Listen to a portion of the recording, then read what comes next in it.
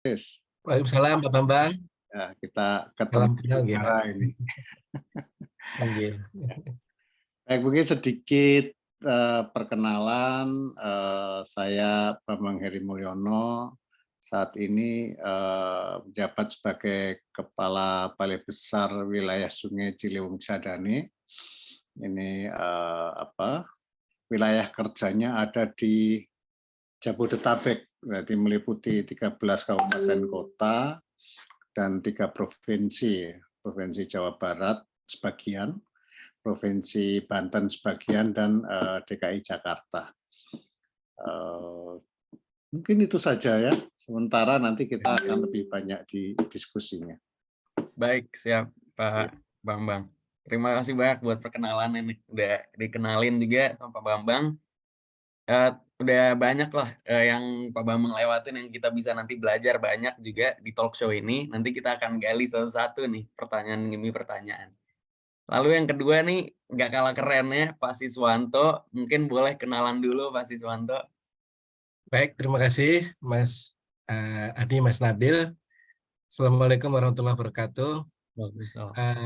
Teman-teman dan juga yang kami hormati Pak Bambang nih senior. Kebetulan BMKG dan BPWS sudah sering ketemu ya Pak ya, kalau ada rapat-rapat terkait banjir Jakarta, terutama beberapa tahun lalu waktu isu banjir besar Jakarta, kita persiapan untuk melakukan waktu itu TTM ya atau TTX ya. Sepertinya sering ketemu Pak Bambang juga di BNPB. Baik teman-teman, terima kasih sudah diundang untuk webinar atau mata kuliah kebencanaan siang ini. Saya Siswanto dari BMKG, sampai sekarang masih fungsionalnya adalah peneliti. Mungkin sebentar lagi akan berganti fungsional ya, karena peneliti semuanya akan berpindah ke BRIN begitu ya. Kemungkinan saya akan berada di BMKG. Kemudian sehari-hari bekerja di BMKG sebagai subkoordinator bidang produksi informasi iklim dan kualitas udara. Jadi lebih banyak bekerja selain sebagai peneliti, tentu saja meneliti beberapa topik terkait dengan iklim ekstrim, kemudian cuaca dan juga banjir ya Jakarta. Beberapa penelitian, kemudian yang secara rutin itu adalah sebagai yang mendiseminasikan informasi iklim dan kualitas udara dari BMKG. Barangkali itu. Dan mungkin teman-teman juga tadi sudah disampaikan sebagai salah satu alumni dari Fisika UI ya. Ya, silakan Mas. Oke, mantap. Terima kasih banyak Pak Siswanto perkenalannya. Oke, karena kita udah kenal, berarti udah, kalau kan kata orang tak kenal maka ta'aruf. Jadi kita kenalan dulu tadi. Sekarang kita udah kenal, maka kita masuk ke sesi talk show pada hari ini. Nah, pertanyaan pertama mungkin aku sampaikan ke Pak Siswanto dulu karena tadi baru kenalan. Mungkin boleh nih Pak, diceritain mengenai peran Bapak sebagai peneliti atau subkoordinator produksi informasi iklim dan kualitas udara BMKG, dan kira-kira apa aja sih tupoksi Bapak di sana gitu? Ya, mungkin sebagai peneliti dulu ya. Saya kebetulan sebagai peneliti sejak tahun 2011, kemudian berakhir kemarin ya.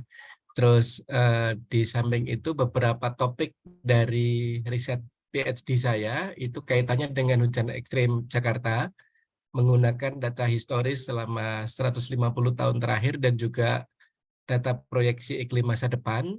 Nah, 2 paper itu mengkaji hujan ekstrim pada kejadian banjir Jakarta tahun 2015 dan tahun 3 paper itu 2015, 2014 dan 2020 yang terbaru kemarin banjir besar Jakarta. Nah, di dalam beberapa paper tersebut kita menemukan bahwa risiko kejadian banjir Jakarta itu sebagai main message dari paper tersebut ya, itu ternyata risikonya sudah meningkat 2 hingga 3 kali lipat dibanding 100 tahun yang lalu, kondisi iklim 100 tahun yang lalu. Nah, ini menunjukkan bahwa banjir tetap akan menjadi problem di kota-kota besar, terutama Jakarta, dan kaitannya dengan perubahan iklim, risiko kejadian banjir yang dipicu oleh curah hujan ekstrem itu meningkat.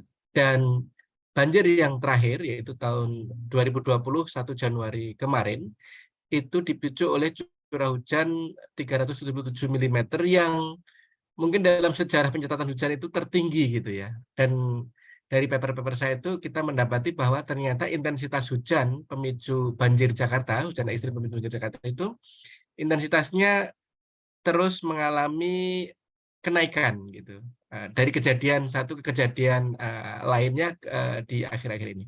Itu sebagai peneliti. Nah, barangkali dari situ juga perlu kemudian kita mengurai bahwa persoalan banjir di Jakarta itu tidak sekedar misalnya adalah hulu hilir saja, tetapi kompleks gitu dan komprehensif. Artinya tidak cukup menyelesaikan banjir di Jakarta hanya di hulunya atau di hilirnya saja, tetapi harus dilihat secara holistik begitu ya, hulu hilir dari satu kesatuan daerah aliran sungai. Dan terkait dengan perubahan iklim perlu ada semacam kebijakan yang menata itu semua gitu ya. Nah, seperti itu. Kemudian dari sisi pekerjaan sehari-hari sebagai subkoordinator di bidang produksi informasi iklim udara ya. Nah, persoalan banjir ternyata tidak hanya dari sisi gangguan cuaca dan fenomena alam saja, tetapi juga faktor manusia.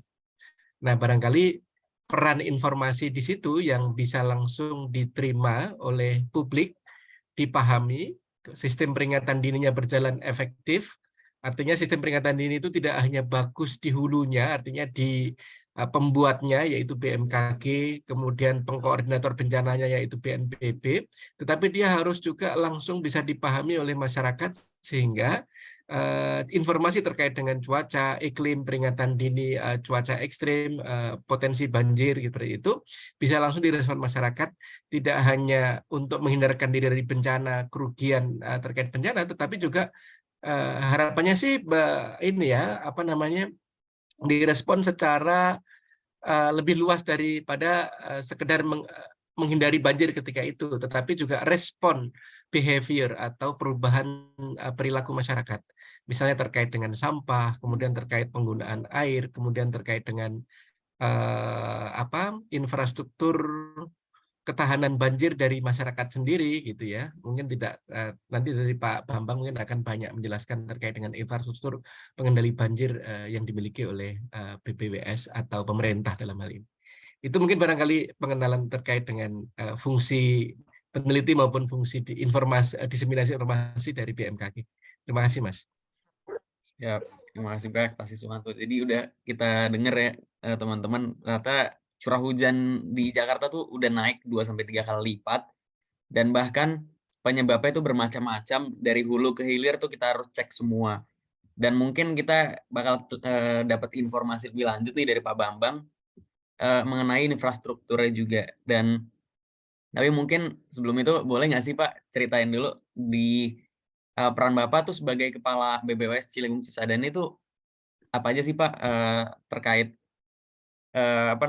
banjir di Jakarta, dan kira-kira apa saja yang harus dilakukan oleh Bapak untuk meneliti ini gitu?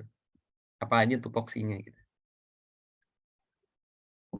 Eh, mungkin tupoksi nggak terlalu penting ya, itu Oh, iya. kan terkait dengan masalah kedinasan. Baik. Saya sudah menyiapkan bahan paparan ya. Oh, Apa boleh Pak. bisa langsung saya menampilkan atau bagaimana? Tapi secara sederhana sebenarnya kalau Pak Sis tadi di langit, saya yang di bumi. Gitu. Jadi Pak Sis tadi meneliti sebelum turun, maka saya menangani setelah hujan itu turun ke bumi dengan berbagai macam aspeknya. Secara sederhana seperti itu. Kalau misalkan kita sudah langsung masuk ke materi, saya sebenarnya sudah menyiapkan bahan presentasi. Apakah kita langsung masuk atau masih ada lain, pembahasan yang lain dulu? Gimana, Nabil? Oke. Boleh sih Pak kalau misalkan emang ada materi, tapi konsepnya mungkin lebih ke ngomong langsung sih, Pak, tapi kalau emang pengen dipresentasiin, boleh banget sih, Pak. Nah, oke ya, saya langsung share screen ya. Oh ya boleh, oke sip. Bentar. Izin Pak Sis, saya Iya, monggo Pak. Menyimak. supaya lebih langsung masuk gitu. Mana ya?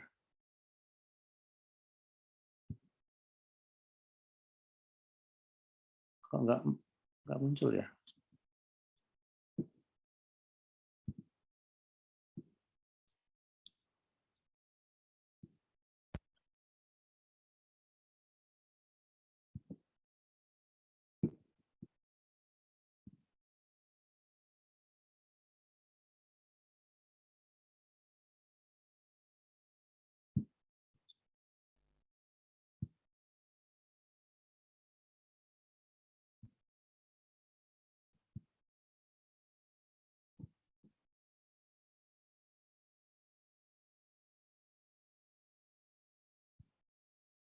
Kok nggak bisa Mas ya?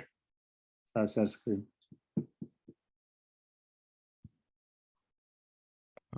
Oke. Saya coba ini dulu. Gimana, Pak?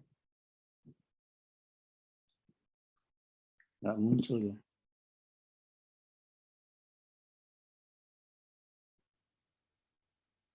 Pak Oke. Alun hadir, Pak Alun? Ya, gimana, Pak? Nggak ada teman. Oh, ya. Saya kok nggak bisa nganu ya? Nggak bisa nampilkan. Mungkin untuk hostnya mungkin bisa dibuka dulu untuk tes kit Pak Kambale, Pak Kambale kami mungkin mau tes kit, mungkin hostnya bisa diizinkan dulu. Sudah dibuka. Sudah dibuka ya? Di allow participants.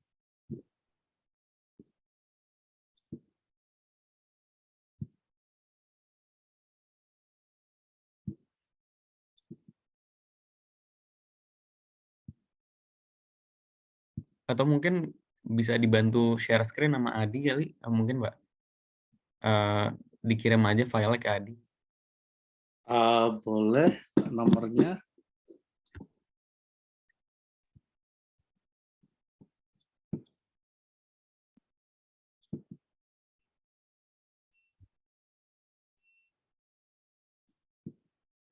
Nomornya berapa ya?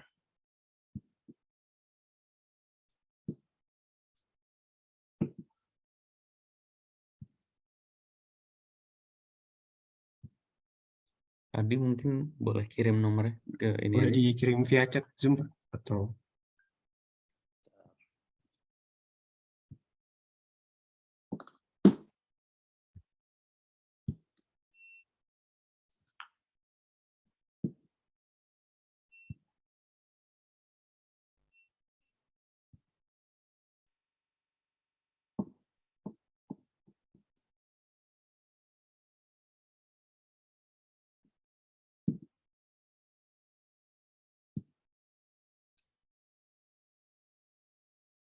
Ini nggak muncul di sini.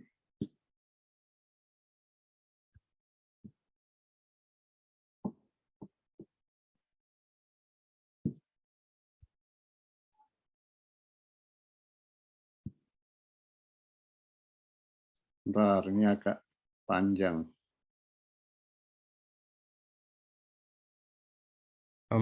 Oke. Baik.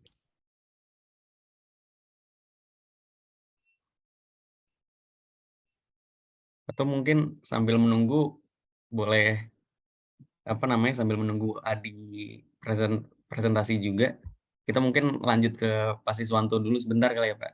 Ya, silakan. Oke. Mungkin lanjut ke pertanyaan selanjutnya nih, Pak Siswanto. Tadi kan udah dijelasin juga mengenai banjir di Jakarta tuh udah naik dan sebenarnya harus dari hulu ke hilir tuh kita harus urusin semua. Nah, tapi menurut Bapak sebenarnya apa sih faktor dominan penyebab banjir di Jakarta? Terus serta apa aja sih yang dampak yang ditimbulin gitu?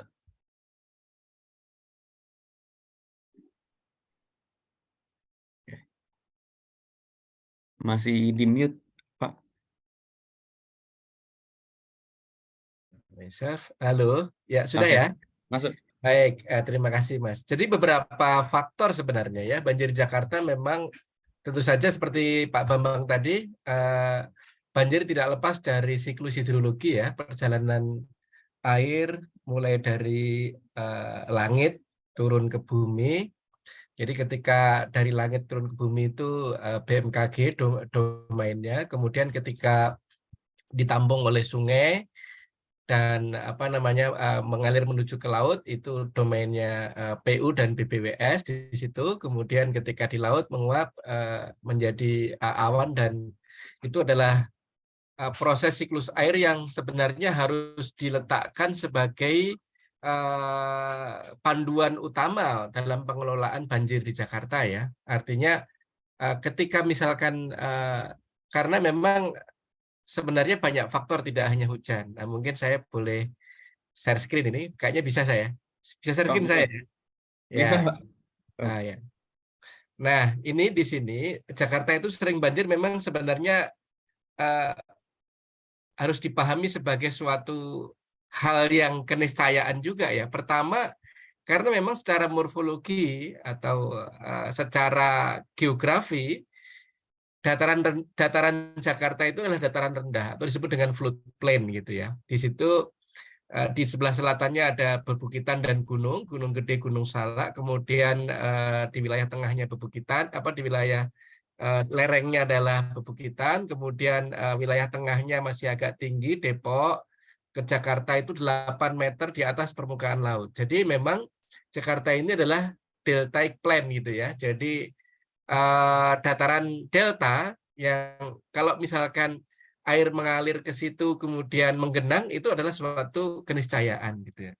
Nah, dalam siklus hidrologi maka sebenarnya air hujan ketika dia turun gitu ya, itu harusnya terbagi dua ketika sampai di permukaan tanah. Makanya kalau hujan ketika sampai di permukaan tanah disebut presipitasi ya, itu dibagi menjadi dua dalam siklus air itu. Pertama adalah sebenarnya dia harus diserap terlebih dulu ke bawah permukaan tanah yang dikenal dengan proses infiltrasi.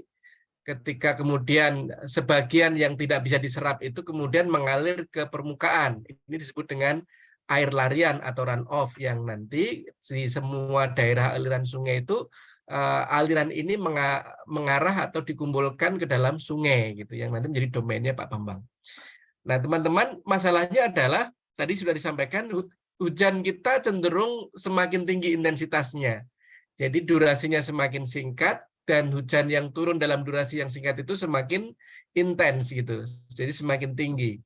Nah, itu merupakan salah satu problem dalam perubahan iklim. Kemudian selain itu sebenarnya persoalannya adalah dulu ketika orangnya masih sedikit, maka sungai yang biasa terendam air itu disebut dengan ya daerah banjir ya, daerah banjir ya, daerah mulai bibir sungai hingga 15 meter, nanti Pak Bambang akan menjelaskan ini, 15 meter kiri kanan itu ya, itu adalah disebut dengan daerah banjir yang harusnya kosong dari manusia atau disebut dengan sempadan air, sempadan sungai ya. Nah, ini harusnya kosong oleh manusia. Tapi ketika manusia banyak yang mendiami wilayah ini, kemudian kena air, maka disebut kebanjiran. Nah, di situ ada problem budaya juga gitu ya. Yang harusnya dulu ketika belum banyak orang itu biasa air di situ itu tidak dikatakan banjir, tapi ketika ada orang yang baru dikatakan banjir. Ya walaupun memang tadi karena infiltrasinya semakin sedikit karena banyak di beton, banyak dirapatkan permukaannya, sehingga lebih banyak runoff, lebih banyak air dilarikan ke permukaan, tidak bisa meresap ke dalam tanah, sehingga air yang mengalir ke permukaan lebih banyak. Itu yang kemudian sungai meluber, sungai meluap, sehingga menimbulkan banjir juga.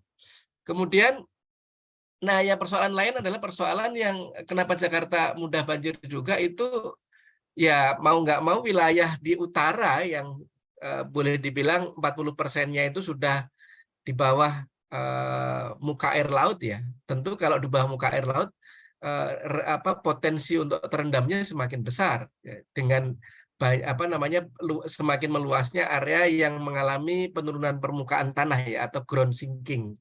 atau ground subsidence gitu ya. Seperti itu. Selain itu, air yang menggenang di permukaan tidak cepat hilang karena juga sistem drainase yang kurang baik, misalnya kurangnya daerah resapan air, sehingga air tidak segera masuk ke dalam tanah akibat banyaknya permukaan yang dibetonkan atau dipadatkan tadi ya, sehingga air lebih banyak mengenang dibanding ke itu barangkali. Nah, teman-teman terkait dengan apa namanya ini tadi. Jadi faktor, nah sebenarnya ini mungkin data ya, data pentingnya data kita untuk menjadi semacam panduan dalam merumuskan kebijakan. Ya, ini data dari BMKG ya. Jadi BMKG punya berapa stasiun, 8 stasiun, mulai dari kota dekat pesisir sampai ke wilayah pegunungan. Ini yang dari bawah ini Tanjung Priok, kemudian Kemayoran, dari bawah ke atas ya. Tanjung Priok, Kemayoran, kemudian Halim Perdana Kusuma, Cengkareng, Pondok Betung, Curug, Tangerang, Dermaga, Citeko. Jadi ini kalau misalkan dibuat garis lurus dari utara ke selatan itu mulai dari dataran paling rendah, nanjak sampai ke pegunungan begitu ya. Nah, teman-teman, ternyata yang sebelah kiri itu total curah hujan tahunan, artinya akumulasi curah hujan yang turun di suatu wilayah, mulai dari Tanjung Priok sampai Citeko di puncak sana itu. Kalau kita lihat, memang wilayah puncak itu per tahun itu bisa mengumpulkan air hujan sebesar 3.000 hingga 3.800 mm. Ya, 3.000 sampai 3.800 mm. Nah, 1 mm itu kita ibaratkan jumlah air segede lapangan bola lah. 1 mm itu ya konversinya secara mudah, secara awam begitu ya, sebesar lapangan bola. Nah, kalau 3.300 sampai 3.800 mm per tahun kita bisa bayangkannya. Sementara untuk Jakarta di wilayah perkotaan sendiri itu curah hujan per tahunnya hanya 1.500 sampai 2.500. Nah, di sini kita menyimpulkan bahwa memang air hujan yang turun di daerah hulu itu lebih besar ya secara akumulatifnya dibandingkan dengan daerah hilir. Tetapi kalau kita melihat hujan ekstrim itu hujan turun dalam sehari 24 jam, kemudian diukur intensitasnya berapa milimeter yang turun satu hari satu malam itu. Nah, kita melihat di hulu, di Citeko, Dramaga, Tangerang, Curug, Pondok Betung itu sekitar 240 sampai 250 mm per hari. Ini yang pernah terjadi ya, yang paling tinggi. 240 hingga 250 mm. Tapi dengan Jakarta perkotaan, di sini justru curah hujan harian maksimumnya itu 250 sampai 377 mm per hari. Ini yang kemarin. Nah, di sini kita ada semacam paradok ya. Jumlah curah hujan yang dikumpulkan itu memang lebih tinggi di wilayah puncak dibanding dengan kota Jakarta. Akan tetapi hujan ekstrimnya sendiri yang menjadi pemicu banjir itu justru paling tinggi adalah di Jakarta perkotaan sendiri gitu. Kalau kita melihat di sini justru hujan maksimumnya di puncak itu nggak begitu besar dibandingkan dengan Jakarta tentu saja gitu ya.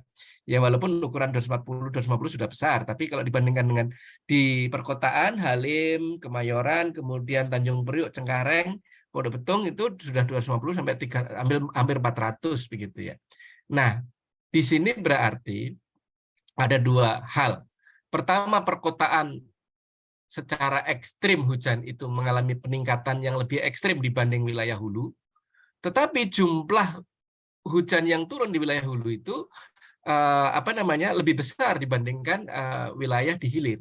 Artinya sebenarnya pertama Jakarta harus siap infrastruktur banjirnya untuk mengendalikan kejadian hujan ekstrim yang lebih tinggi dibandingkan wilayah hulu.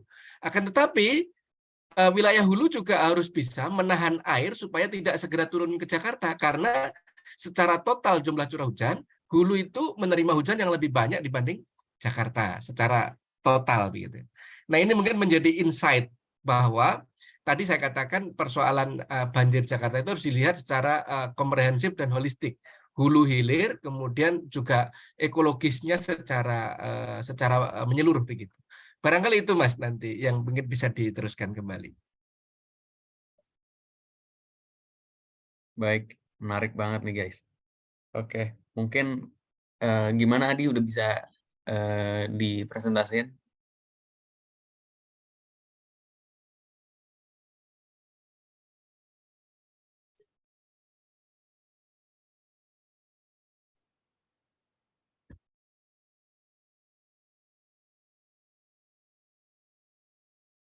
Oke.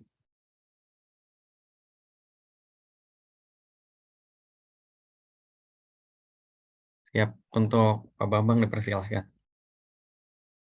Baik, ini saya menyambung yang sudah disampaikan Pak Sis tadi. Tadi Pak Sis sudah menyampaikan fenomena yang berada di atas ya, dan juga yang ditangkap tentang terkait dengan curah hujan. Saya sekarang mencoba untuk menjelaskan ketika air itu kemudian sudah turun di bumi, nah harus bagaimana kita. Tetapi sebelum masuk ke sana, saya ingin membawa alur pikir adik-adik semua ini ke dalam pemahaman terkait dengan masalah masalah persungaian ya, masalah das. Lanjut. Nah, pertama yang ingin saya ajak adik-adik semua adalah terkait dengan masalah definisi das dan wilayah sungai. Kenapa ini perlu saya sampaikan? Wilayah kerja kami itu tidak dibatasi oleh batas administratif, tetapi dibatasi oleh batas wilayah sungai, sehingga bisa lintas wilayah ya. Tadi sempat saya sampaikan bahwa wilayah kerja kami itu meliputi 3 provinsi, yaitu Provinsi Jawa Barat, Provinsi Banten, dan Provinsi DKI Jakarta. Kenapa sampai demikian? Karena batas wilayah kerja kami adalah wilayah sungai. Wilayah sungai adalah terdiri dari beberapa das. Baik, kemudian terkait dengan das itu kalau kita lihat di gambar yang sebelah kiri, kita lihat bahwa suatu das itu adalah suatu wilayah daratan yang mudahnya begini, ketika terjadi hujan, maka semua air yang jatuh di wilayah itu akan mengalir ke sungai utamanya. Secara simpel seperti itu. Kalau kita lihat gambar di sebelah kiri, kita lihat bahwa itu yang garis kuning ya, garis putus-putus kuning, itu adalah batas dasnya, itu berada di punggung bukit. Ketika hujan turun di daerah itu, maka semua air yang turun di daerah itu akan mengalir ke sungai utamanya. Ini adalah das yang kemudian mengalir ke laut. Gitu. Tetapi ini tolong dibedakan juga dengan air tanah, karena air tanah nanti akan berbeda lagi cara membatasinya.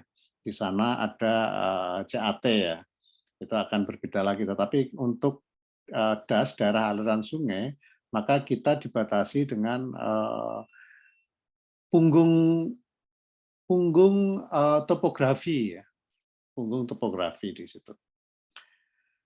Kemudian apakah wilayah sungai itu? Wilayah sungai adalah wilayah pengelolaan sumber daya air yang terdiri dari beberapa das. Seperti wilayah kerja kami, Balai Besar Wilayah Sungai Ciliwung Sadane, itu ada 15 das yang ada di wilayah kerja kami. Baik, lanjut. Nah, ini wilayah kerja kami ya. Jadi terdiri dari 15 das. 3 provinsi, kemudian 13 kabupaten kota. Baik, lanjut. Nah, sekarang saya ingin mengajak teman-teman semua, adik-adik semua untuk masuk ke dalam permasalahan sumber daya air. Tadi sudah disinggung juga oleh Pak Ses ya. Yang pertama, permasalahan yang kita hadapi saat ini adalah okupasi terhadap dataran banjir. Dataran banjir ini seharusnya seperti tadi sudah disampaikan Pak Ses juga, sebenarnya ini tempat parkir air.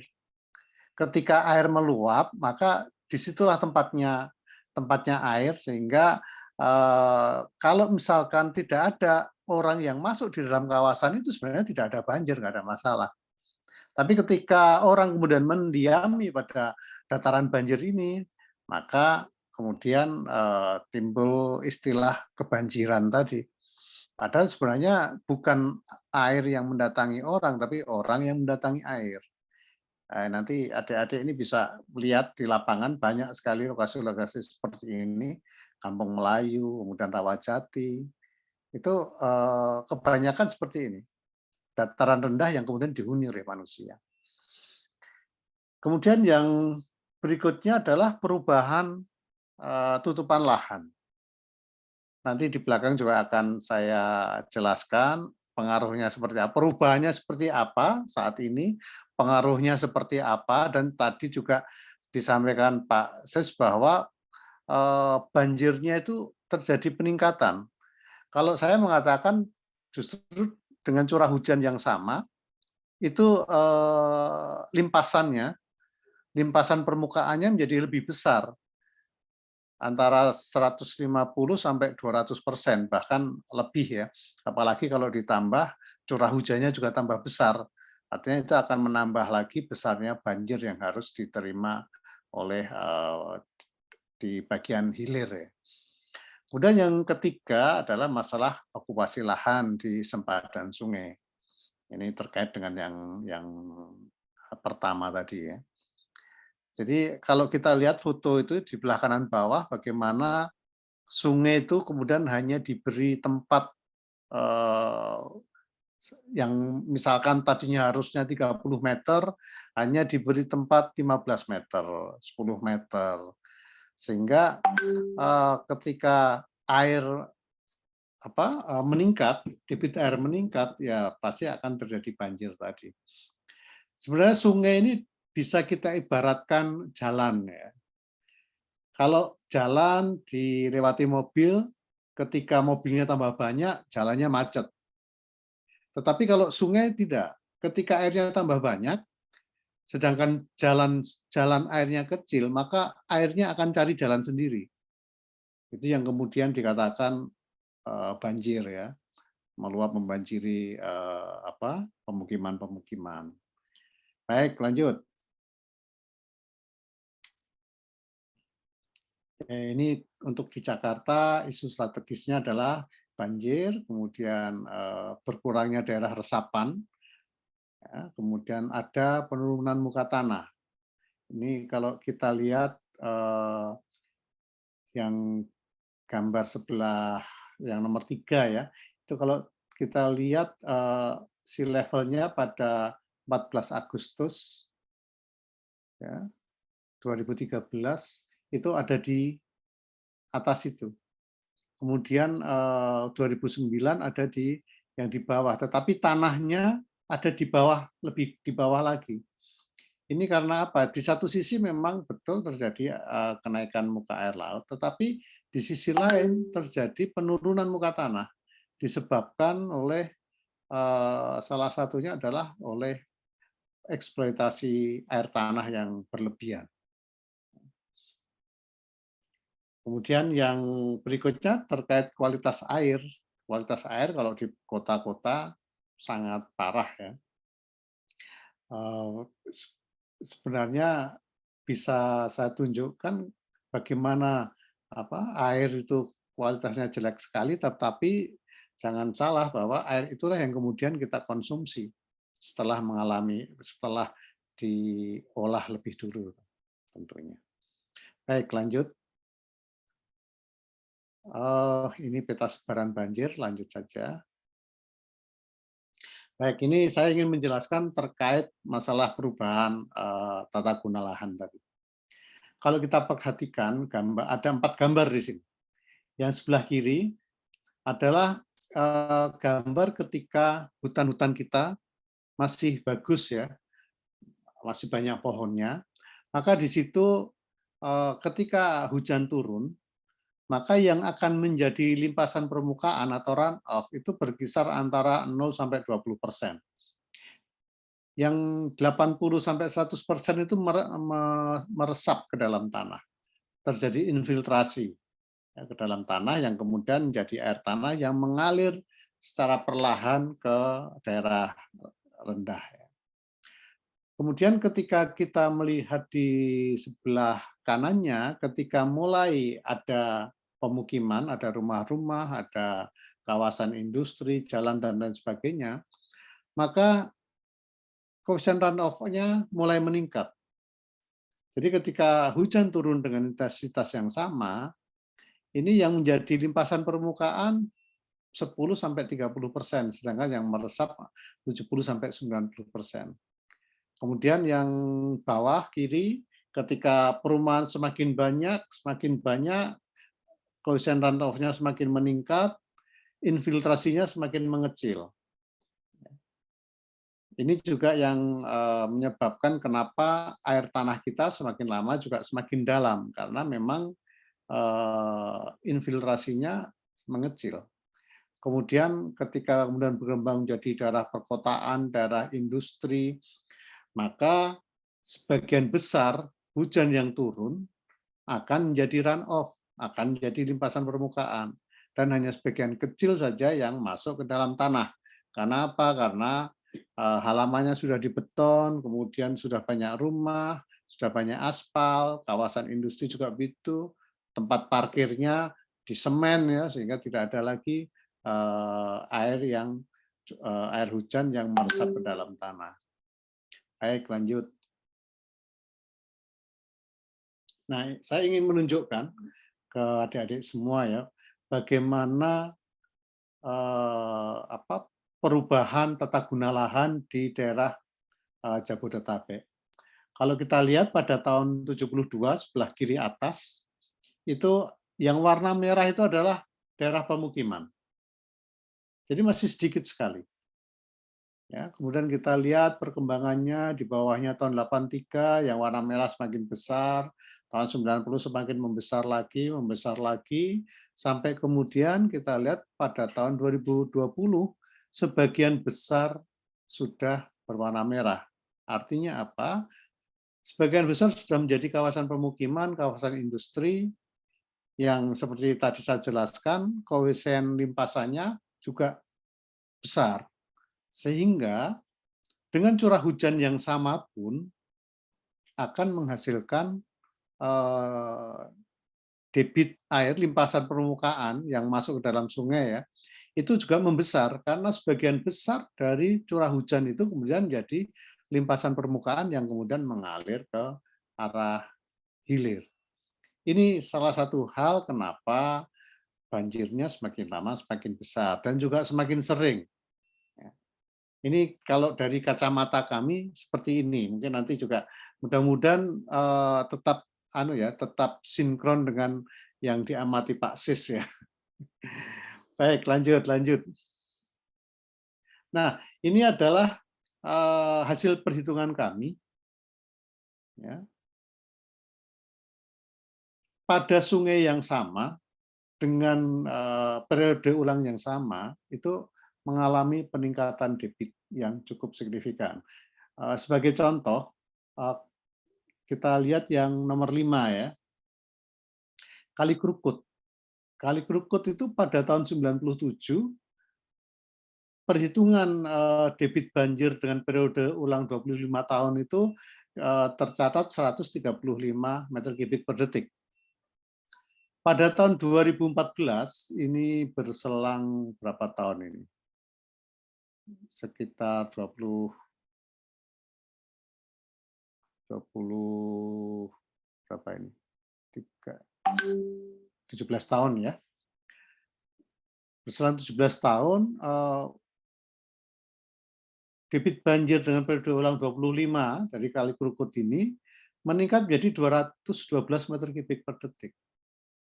Ini saya rasa suatu bukti analitis yang bisa dipertanggungjawabkan.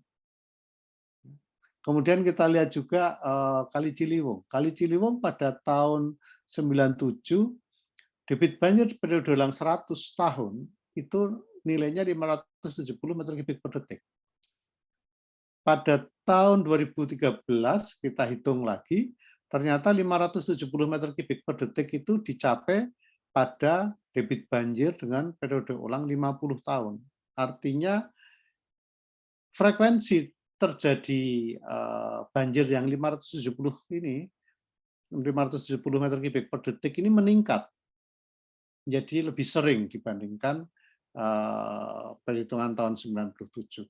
Nah, ini adalah contoh-contoh nyata ya yang membuktikan bahwa perubahan tata guna lahan akan berakibat pada semakin membesarnya debit banjir dengan data curah hujan yang sama. Kenapa demikian? Karena tadi koefisien limpasannya membesar, ya, sehingga jumlah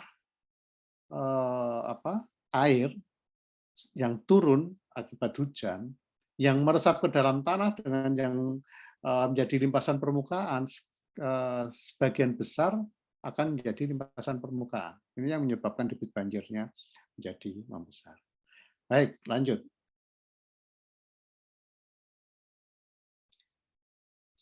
Ya, lanjut.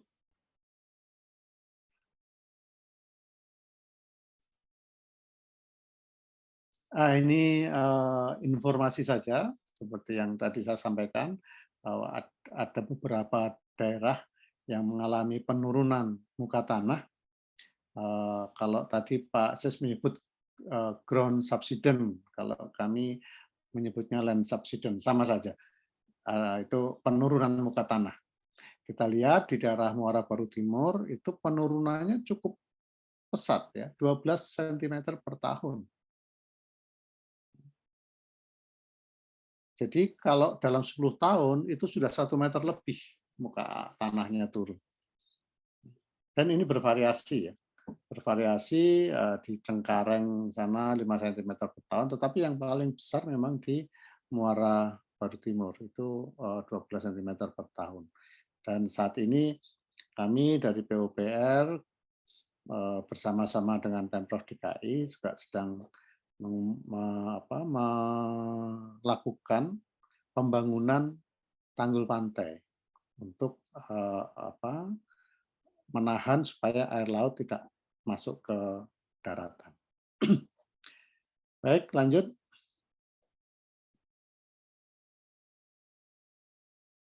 Lanjut.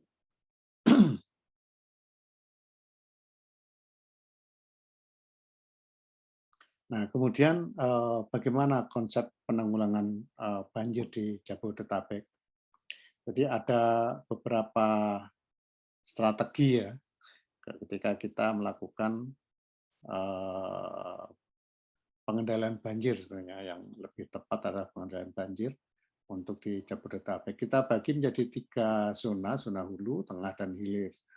Kalau di hulu tadi juga sudah disebutkan Pak Sis, tahan selama mungkin air di atas. Ya, itu dapat dilakukan dengan beberapa cara. Yang pertama tentunya dengan cara non-struktural, yaitu dengan melakukan penanaman pohon sebanyak mungkin. Jadi daerah-daerah yang sudah terbuka, yang mengalami perubahan tata guna lahan yang tadinya hutan menjadi kawasan permukiman dan industri, itu kita coba lagi untuk dilakukan penanaman pohon. Kemudian juga pembangunan bendungan-bendungan di daerah hulu.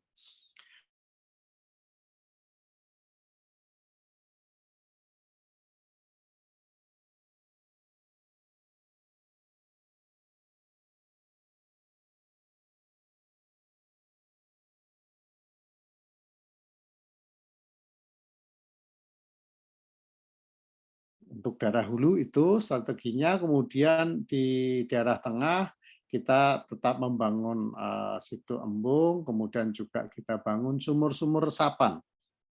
Jadi untuk adik-adik juga tahu, sumur resapan itu akan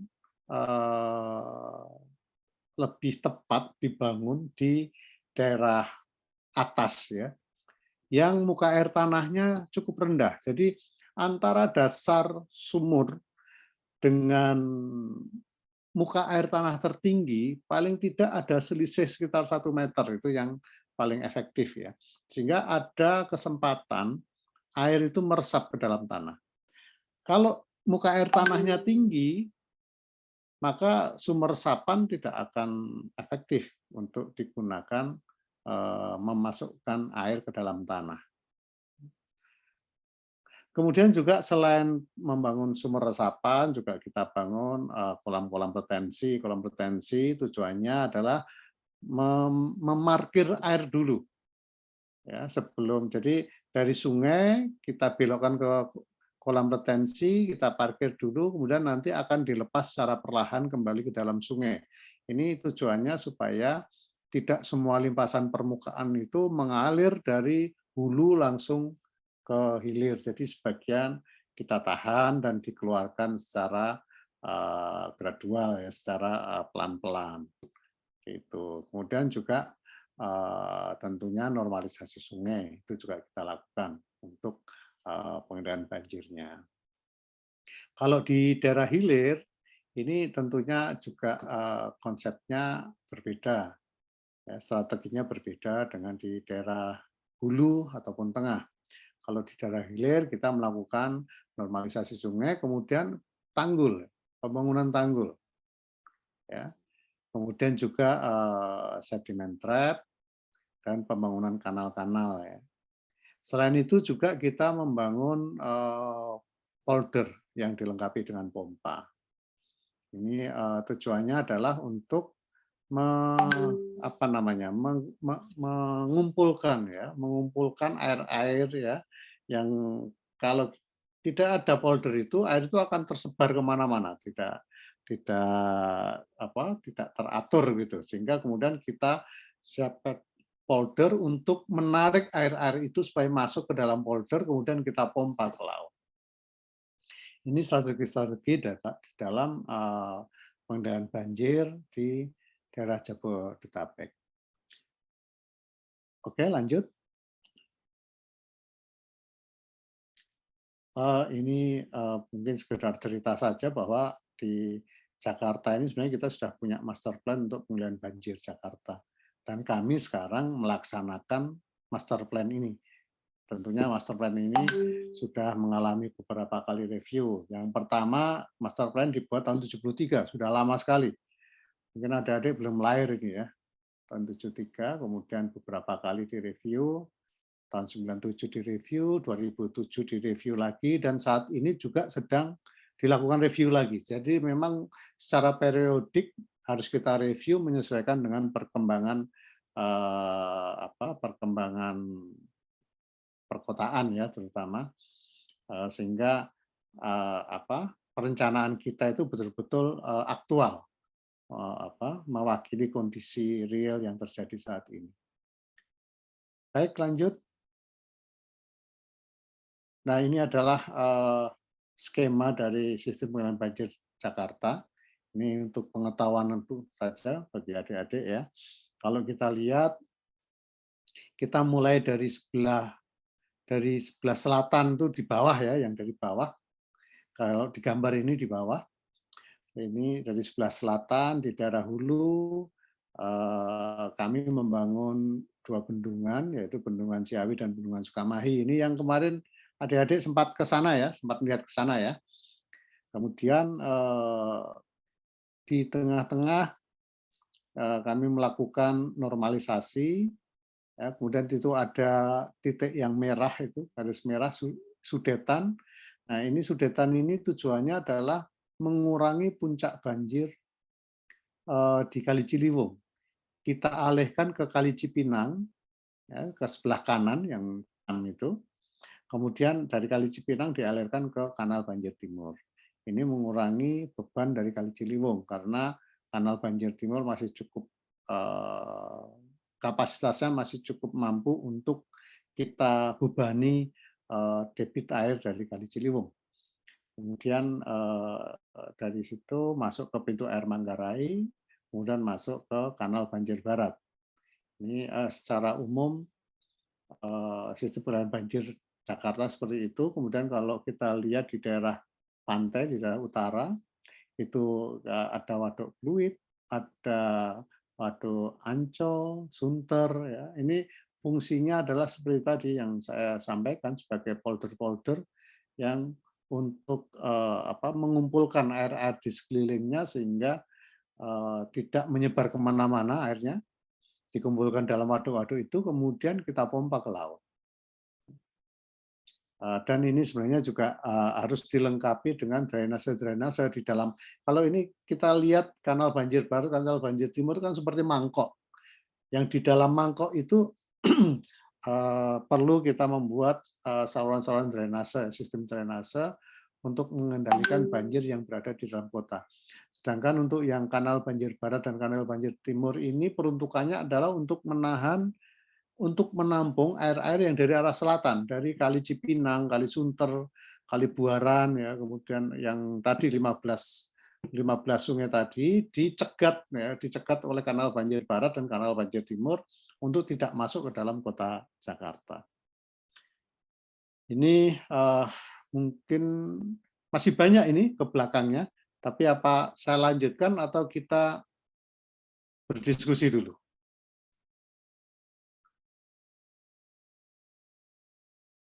Oke. Mau lagi? Mungkin boleh kita berdiskusi dulu kali ya Pak. Mungkin kita tukar pikiran juga sama Pak Siswanto. Mungkin Pak Siswanto ada yang mau disampaikan juga. Ya, silakan. Tapi mungkin sebelum itu ada yang nanya nih Pak. Mungkin buat Pak Bambang. Di chat ada dari Pak Abdul Kohar. Untuk Pak Bambang, apakah pembuatan sumur-sumur resapan oleh Pemda DKI sudah efektif untuk memasukkan air permukaan ke water table? Saya tidak ingin menilai ke situ, Pak, ya, tetapi prinsipnya untuk sumur resapan seperti tadi saya sampaikan sebaiknya dibangun pada lokasi-lokasi yang muka air tanahnya itu rendah, sehingga masih ada beda tinggi antara dasar sumur resapan dengan muka air tanahnya, ya. Supaya air yang ada di dalam sumur itu bisa meresap ke bawah. Kalau misalkan muka air tanahnya lebih tinggi dari dasar sumur resapan, tentunya tidak mungkin akan terjadi peresapan ke dalam tanah. Ya, tetapi kalau muka air tanahnya itu lebih rendah, maka itu akan bisa terjadi. Artinya sumur itu akan berfungsi ketika muka air tanahnya lebih rendah dari dasar sumur resapan itu sendiri. Kalau yang dibangun DKI saya sendiri kurang tahu ya, saya tidak mengikuti. Tapi prinsipnya itu, ketika mau membangun sumur resapan, maka kita harus tahu dulu muka air tanahnya itu kedalamannya berapa. Dan dasar sumur resapan kita harus lebih tinggi dari muka air tanah yang paling tinggi. Prinsipnya itu aja. Simpel. Oke, baik. Untuk Pak Abdul Kohar mungkin apakah sudah menjawab, Pak?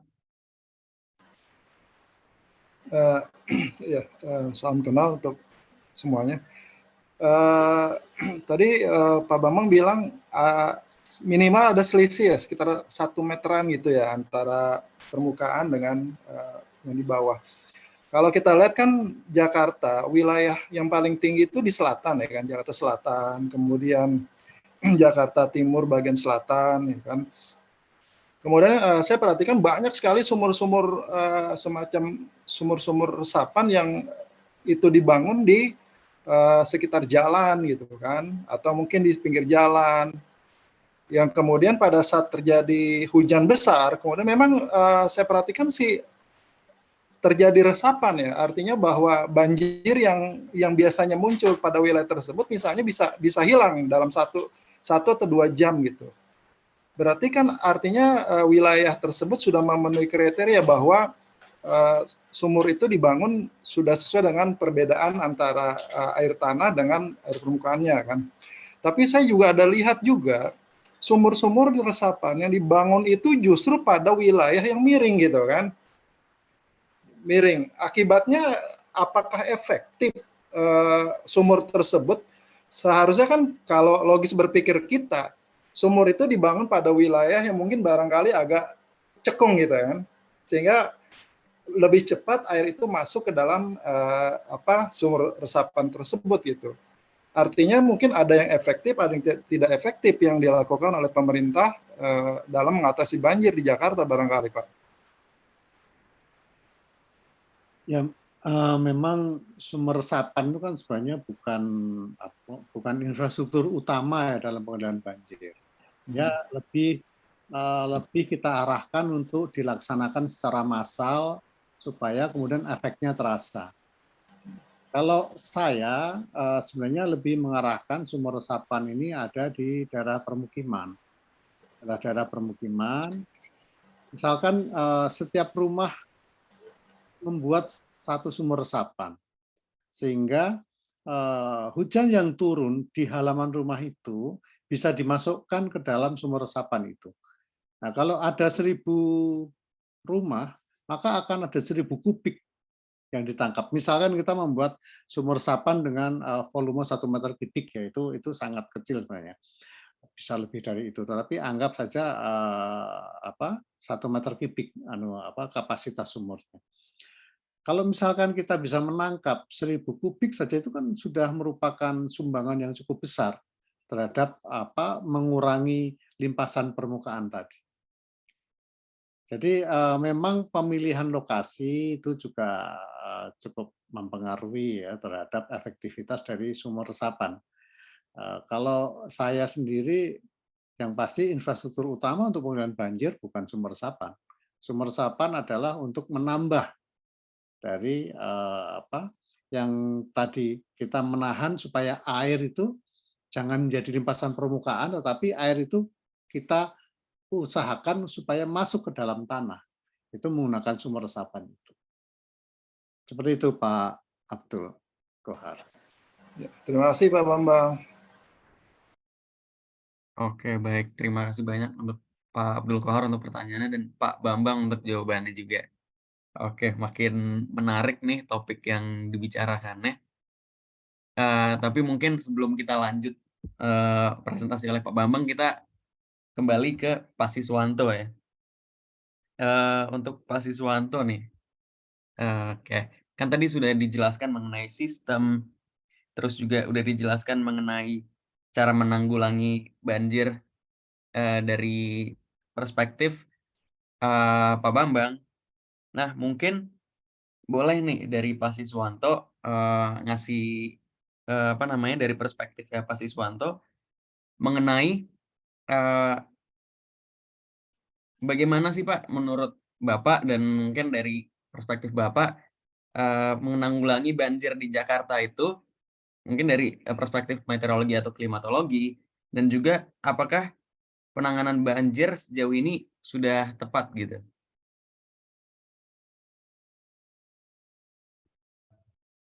Oke, makasih Mas Nabil. Barangkali nanti saya boleh diberi kesempatan untuk share screen juga ketika menjawab ya. Boleh banget Pak. Ya, terkait dengan bagi perspektif meteorologi dan klimatologi ya, banjir tentu saja itu berarti tidak akan ada banjir kalau tidak ada air yang turun ya. Maka mungkin kita sebagai kami ya sebagai orang BMKG itu kan memonitoring potensi kejadian hujan ekstrim gitu ya. Nah, ketika dalam perspektif meteorologis, mungkin saya share screen, dalam perspektif meteorologis itu kejadian curah hujan ekstrim itu biasanya dipicu oleh suatu peristiwa cuaca ya. Contohnya saja misalkan banjir 2013, 2014, 2015. 2013 itu ada peristiwa penguatan monsun, aliran monsun Asia, yaitu monsun Asia ini adalah aliran udara yang mengalir, yang membawa massa udara basah dari benua Asia menuju Australia melewati Indonesia. Dan kalau kita lihat, ini yang kejadian 2014, itu monsun Asia itu seperti ini bentuknya. Garis-garis anginnya ya. Ketika terjadi suatu kondisi tertentu, ya misalnya adalah terjadi cold surge atau seruakan dingin gitu ya. Seruakan dingin misalkan tahun 2015 ya. 2015 banjir besar Jakarta ketika itu ya, masuk ke Jakarta ini menjadi kondisi di mana curah hujan ekstrim itu kemudian tergenerated gitu ya, atau terbentuk.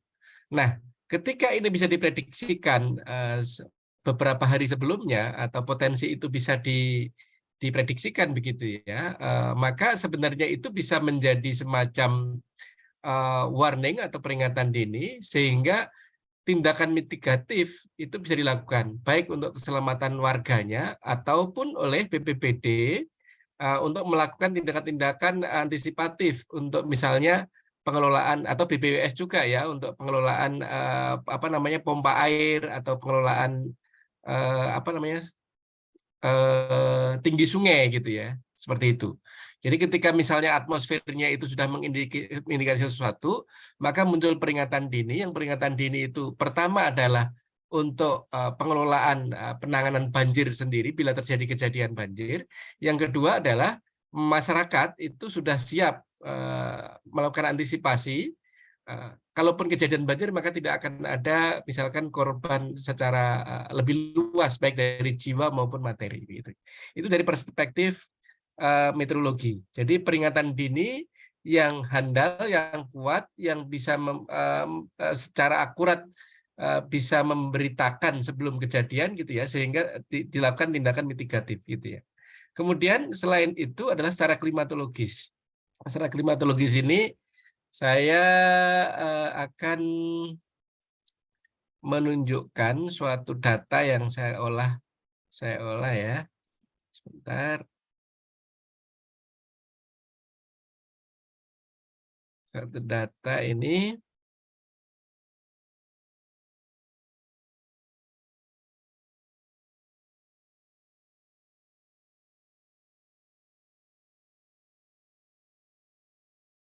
nah, ini adalah yang tadi sebenarnya sudah saya sampaikan juga bahwa hujan dan banjir Jakarta itu, hujan ekstrim dan banjir Jakarta itu sesuatu yang koinsiden, artinya terjadi bersamaan. Biasanya ketika curah hujannya ekstrim, itu juga menyebabkan banjir besar Jakarta. Nah, ini adalah ada 7 stasiun, berapa? 1, 2, 3, 4, 5 stasiun hujan di Jakarta yang dia mengindikasikan hujan yang turun 1 hari yang memicu banjir Jakarta. Jadi yang banjir adalah kejadian di atas mulai tahun 60 hingga 2020, ini kejadian paling besar. Nah, kalau kita lihat yang menarik ada tren di sana, baik di semua stasiun itu. Jadi kalau misalkan Pak Bambang tadi sudah menyampaikan bahwa dengan hujan yang sama, maka return period atau kala ulang banjirnya dari debit air di sungai itu terjadi pembesaran atau meningkat gitu ya. Dengan kala ulang yang sama, misalkan dulu kejadian hujan 50 tahun itu debit banjirnya adalah 200 meter kubik per detik begitu misalnya. Nah, sekarang dengan kala ulang yang sama itu misalkan banjir 20 tahun 50 tahun itu kala ulangnya atau intensitas debit sungainya adalah 500 sekian meter kubik per second gitu.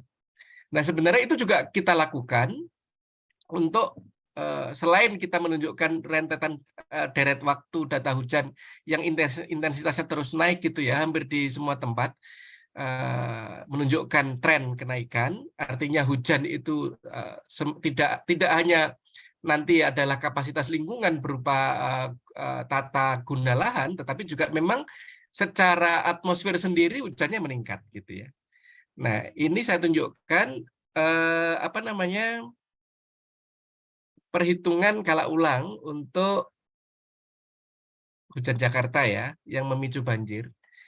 Itu yang sebenarnya mendukung apa yang tadi disampaikan oleh Pak Bambang. Kalau Pak Bambang ada lebih kepada kapasitas lingkungannya, jadi terjadi pendangkalan sungai atau lebih banyak run-off-nya, infiltrasinya berkurang sehingga debitnya bertambah. Tapi juga secara atmosfer ternyata memang terjadi penguatan intensitas hujan. Nah, ini saya tunjukkan. Ini salah satu paper dari paper saya yang terbit di salah satu jurnal BAMS, Bulletin of American Meteorological Society. Nah, ini adalah return period untuk hujan ekstrim yang sebelah kanan. Yang kiri seperti tadi, grafik yang tadi ya. deret waktu dari hujan ekstrim pemicu banjir Jakarta. Nah, kita melihat return period atau kala ulang hujan ekstrim pemicu banjir juga mengalami reduksi daripada return period-nya. Ya. Jadi di sini bisa diartikan bahwa hujan dengan intensitas yang memicu banjir Jakarta tahun 2015 dalam 2 hari yaitu 477 mm 2 hari ketika itu kalau di masa lalu itu sebenarnya ya lebih panjang kala ulangnya di masa lalu. Jadi yang biru ini masa lalu 100 tahun yang lalu, yang warna merah ini masa kini 2015 kemarin. Jadi ini adalah parameter ekstrim value untuk dua kondisi yang berbeda, kondisi iklim saat ini dan iklim masa lalu. Jadi di iklim masa lalu itu ya, ini tadi yang menjadi kesimpulannya bahwa curah hujan ekstrem itu risikonya meningkat 2-3% pada kondisi iklim saat ini. Nanti mungkin kalau ditanya kenapa ada hubungannya dengan suhu Jakarta yang semakin meningkat atau pemanasan global, maka ada. Nah, itu di paper yang lain ini mungkin saya bisa jelaskan. Nah, dari sini kita melihat secara klimatologis bahwa ada semacam problem dari sisi perubahan iklim yang menjadikan risiko kejadian banjir itu meningkat karena peningkatan risiko kejadian hujan ekstrim. Nah, dengan begitu mungkin nih, ini juga mungkin nanti bisa ditanyakan ke Pak Bambang, apakah ada modernisasi atau desain banjir yang baru kaitannya dengan infrastruktur pengendali banjir? Setahu saya, infrastruktur pengendali banjir Jakarta itu sangat jarang yang dibangun untuk mengantisipasi kejadian yang return period-nya adalah misalnya 500 tahun atau 1000 tahun. Mungkin sebagian besarnya hanya dibangun untuk kejadian banjir yang kala ulangnya itu adalah 25 tahun sampai 50 tahun return period-nya. Nah, nanti kita konfirmasi. Dan kemudian perhitungan desain banjir sendiri itu belum diupdate dengan menggunakan database hujan yang terbaru. Setahu saya desain banjir untuk Jakarta itu perhitungan return period-nya atau kala ulangnya masih menggunakan data hujan. Kalau misalkan Nedeko itu tahun 73 ya. Kemudian kalau nggak salah JICA itu tahun 96. Nah, kenapa kemudian kita tidak misalnya atau pemerintah DKI Jakarta atau bekerjasama dengan PU atau juga BMKG atau juga BRIN barangkali nanti memperbaharui desain banjir kita ini. Sebenarnya infrastruktur banjir Jakarta itu sudah harus mempertimbangkan kejadian banjir yang kala ulangnya barangkali di atas 500 tahun gitu. Artinya peluangnya sekali terjadi dalam 500 tahun gitu. Nah, nanti coba kita ini. Mungkin itu perspektif dari meteorologi dan klimatologi. Demikian, Mas. Oke, baik. Mantep nih. Udah mulai panas. Ini ilmunya udah mulai mantep banget. Makin banyak. Mungkin untuk yang bertanya selanjutnya nih bisa ke teman saya, Adi, untuk melanjutin. Next saya mau bertanya apa. Untuk Adi mungkin dipersilahkan. Oke, thank you Bang Nabil. Jadi mungkin melanjuti yang disampaikan Pak Siswanto dan Pak Bambang sebelumnya tadi ya, mungkin kalau dari Pak Siswanto dari perspektif BMKG dari keilmuan meteorologi dan mungkin Pak Bambang dari infrastruktur pengendalian Jakarta. Nah, mungkin yang menarik, apakah sejauh ini tuh ada gitu Pak kolaborasi antara BMKG dan BPWS dalam hal keilmuan ini, sejauh mana kolaborasinya untuk dalam pengendalian banjir Jakarta ini? Misalnya apakah dalam sistem monitoring hujannya kemudian nanti akan dihubungkan dengan infrastrukturnya dan atau bagaimana Pak kira-kira kalau ada? Saya yang jawab ini. Boleh Pak Bambang. Jadi ini memang sudah sudah disepakati bersama bahwa terkait dengan masalah perakiraan cuaca, kondisi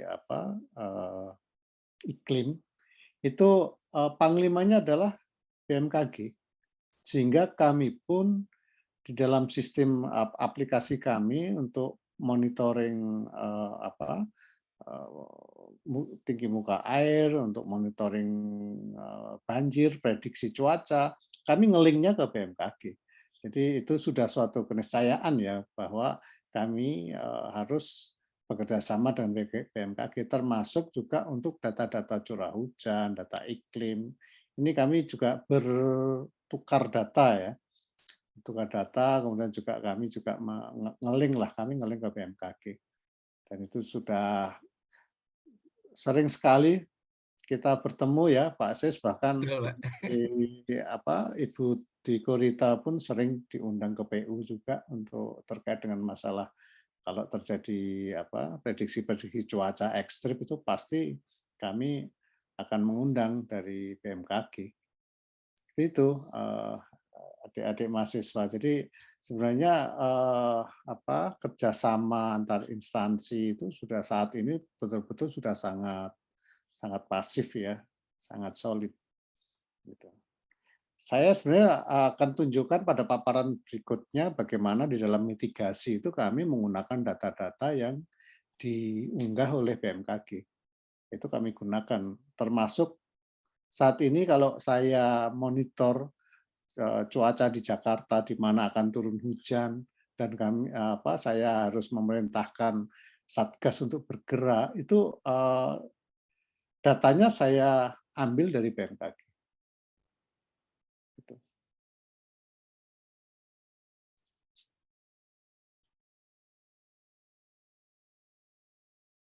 Oke, mungkin boleh nih dilanjutin sama Pak Siswanto. Kalau menurut Pak Siswanto, apakah perlu adanya kolaborasi lebih lanjut mungkin antara institusi lain, antara BMKG dengan PU atau mungkin dengan BRIN atau mungkin gimana?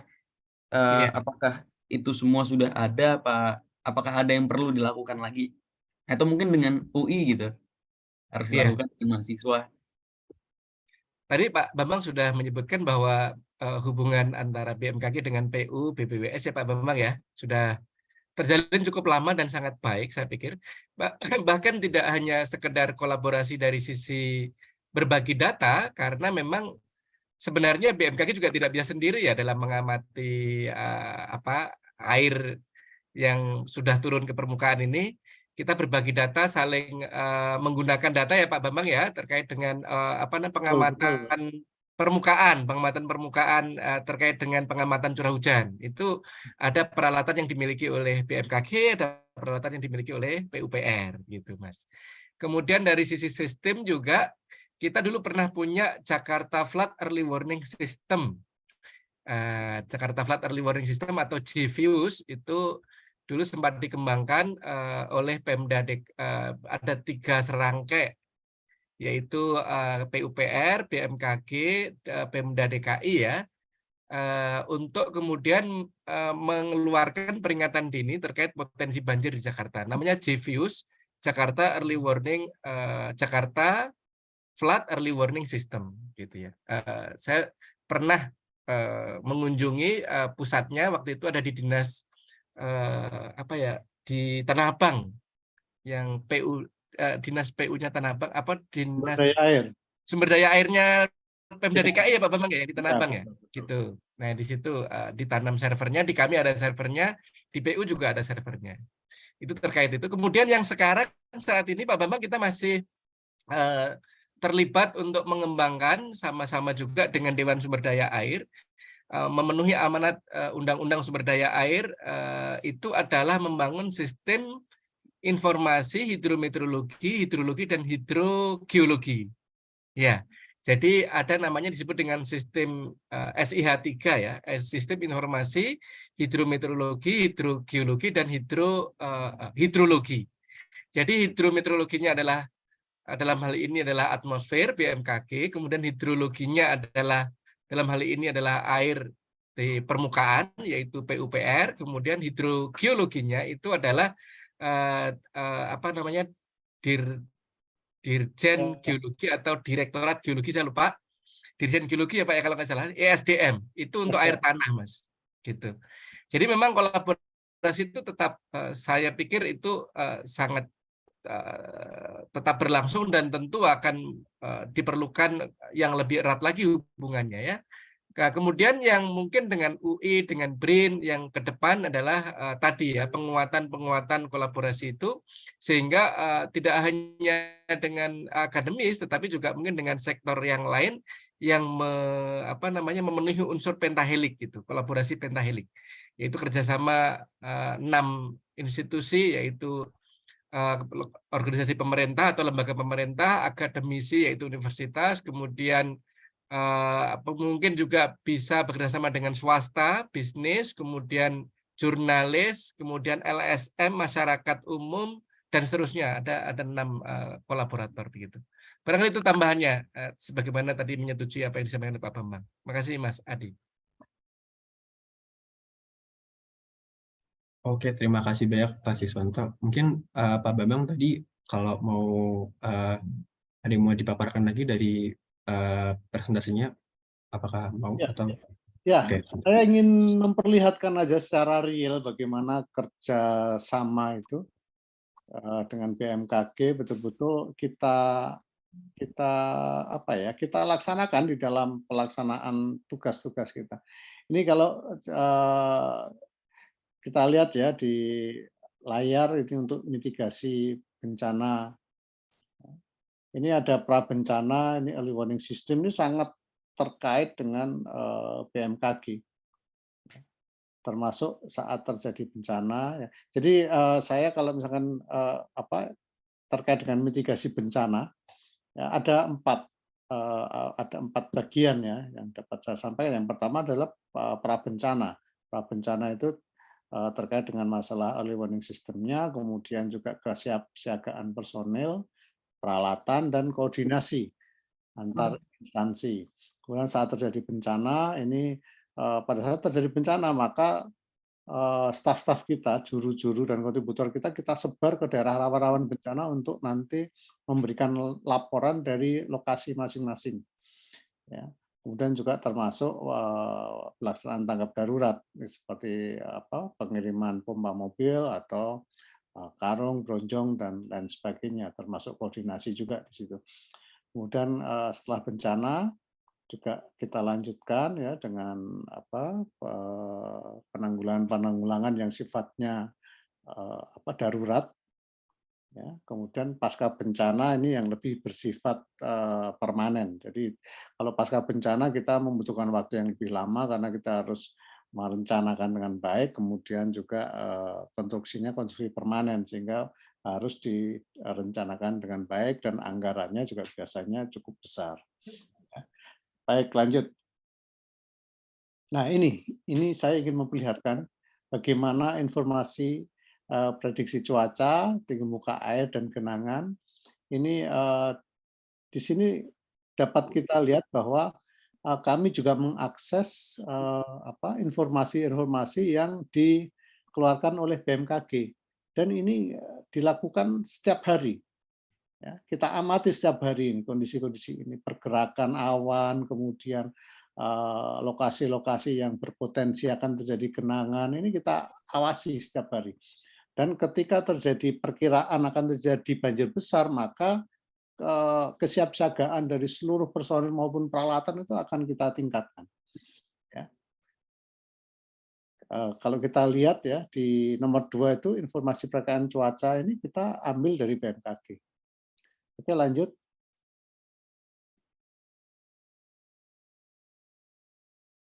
Lanjut. Nah, ini pemantauan cuaca. Pemantauan cuaca ini kami juga mengakses radar cuaca dari BMKG ya. Ini yang kita gunakan untuk mengamati pergerakan awan. Jadi daerah-daerah mana yang terjadi hujan, yang diperkirakan akan terjadi hujan besar. Nah, pada saat kalau kita lihat di gambar kiri atas itu, yang merah itu adalah lokasi-lokasi yang akan terjadi hujan besar. Sehingga kami punya kesempatan untuk memobilisasi baik peralatan maupun personel ke daerah-daerah tersebut. Ini merupakan respon atau antisipasi terhadap kemungkinan terjadinya bencana-bencana banjir. Baik, lanjut lagi. Ya, kalau ini terkait dengan bagaimana kita memperkirakan waktu perambatan banjir, flood routing-nya ya. Jadi ketika terjadi hujan di hulu dengan kapasitas yang misalkan Katulampa siaga 1, maka di dalam waktu sekitar 12 jam aliran air itu akan sampai di Manggarai, dan ini harus sudah diantisipasi karena kita mempunyai waktu yang cukup panjang untuk mengantisipasi itu. Tetapi sepanjang perjalanannya juga kita pantau, di Depok kita pantau, ya. Kemudian di mana MT Haryono kita pantau. Kalau misalkan masih tinggi, maka dapat diperkirakan bahwa di Manggarai akan terjadi banjir yang besar, sehingga kita sudah antisipasi sebelumnya. Baik, lanjut. Ya, selain itu kami sendiri mengembangkan sistem informasi yang kami namakan Smart Water Center. Di sini kami memantau tinggi muka air dengan menggunakan alat-alat pemantau tinggi muka air, curah hujan maupun dengan CCTV. Jadi kami memperoleh data-data yang real time ya, untuk mengamati pergerakan air, mengamati pergerakan awan, sehingga antisipasi terhadap kemungkinan terjadi bencana banjir itu bisa lebih awal bisa diantisipasi. Kemudian kalau yang bagian bawah, kita lihat di situ ada informasi lapor banjir dan genangan. Ini adalah staf kami yang kemudian kami sebar ke lokasi yang rawan banjir tadi, yang kita pantau juga melalui stasiun meteorologi tadi, di mana terjadi hujan-hujan deras, awan-awan yang tebal. Di situ kemudian Satgas kita sudah standby di lokasi, dan kemudian ketika memang terjadi banjir, terjadi genangan, maka mereka sudah bisa melaporkan langsung dari lokasi. Sebenarnya ini bisa ditingkatkan dengan menggunakan sensor-sensor ya. Tetapi untuk saat sekarang karena ya itu biaya juga cukup besar, sehingga kami lebih mendayagunakan ya personel-personel yang ada di kami. Itu lanjut.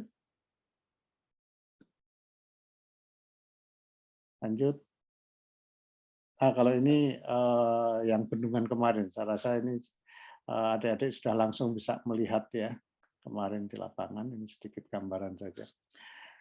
Mungkin itu dulu yang dapat kami sampaikan. Oke, terima kasih Bapak Bambang. Jadi ada banyak ya juga dari BPWS sistem informasi untuk mengenai data-data banjir ini. Mungkin pertanyaan dari saya mungkin tadi kalau dengan sistem informasi yang tadi itu berarti itu dia lebih diperuntukkan untuk kepada Satgas atau bisa diakses masyarakat gitu Pak? Atau ada sistem yang lebih ini ke masyarakat? Jadi kalau sistem ini kan kami bangun untuk keperluan kami dalam mengantisipasi. Tetapi kan sistem ini terbuka ya, masyarakat kan juga bisa mengakses itu. Termasuk yang tadi yang dari stasiun meteorologi tadi, yang dari BMKG itu kan juga terbuka, itu bisa diakses langsung. Dari HP juga, saya biasanya memantaunya juga dari HP. Itu terbuka. Sekarang kebanyakan informasi-informasi seperti itu kan terbuka. Masyarakat juga bisa langsung mengakses. Oke, terima kasih. Jadi sifatnya open access ya Pak, baik dari sistem-sistem informasi yang ada. Lalu mungkin kira-kira ada lagi nggak Pak, kira-kira sistem-sistem apakah yang masih akan dikembangkan, terutama untuk dalam konteks mitigasi banjir Jakarta ini? Kalau dari kami ya, ke depan kami sedang merancang suatu command center ya, untuk memonitor seluruh area di Jabodetabek. Kami sedang menyiapkan, sistemnya juga sedang kami bangun, tapi sebagian besar adalah sistem yang sekarang sudah kami gunakan ini. Nanti hanya ada satu command center, kemudian juga ada untuk pengendalian pintu-pintu banjir yang bisa bisa dikendalikan dari command center ini. Ini yang saat ini sedang kami kembangkan. Ya, mudah-mudahan beberapa tahun ke depan ini sudah bisa beroperasi. Tapi untuk saat sekarang apa yang sudah ada ini pun sudah cukup sudah cukup efektif ya dalam merespon kemungkinan terjadinya bencana banjir. Hanya memang yang masih perlu dikembangkan lagi, masyarakat bisa bisa diberikan pemberitahuan lebih awal ya, untuk antisipasi banjir ini. Hanya kayaknya sudah terbiasa ya Pak Sis ya, lokasi-lokasi yang kayak Kampung Melayu itu kayaknya Pejaten, Rawajati kayaknya sudah terbiasa kerendam deh. Betul, Pak. Sehingga kayaknya nggak kaget mereka ya. Iya. Terjadi luapan-luapan seperti itu. Itu ya. Oke. Nah, mungkin pertanyaan selanjutnya dari kita mungkin berkaitan juga nih Pak dengan kita sebagai mahasiswa gitu ya. Terutama mungkin kita kebanyakan dari mahasiswa geoscience. Kira-kira masih ada nggak Pak kira-kira mungkin ini pertanyaan untuk Pak Siswanto dan Pak Bambang mungkin bisa dijawab bergantian boleh nanti dari segi keilmuan kira-kira apakah masih ada research tip itu Pak kira-kira yang hal yang masih perlu kita teliti gitu dalam keilmuan untuk dalam mitigasi untuk keperluan konteks mitigasi banjir ini Pak.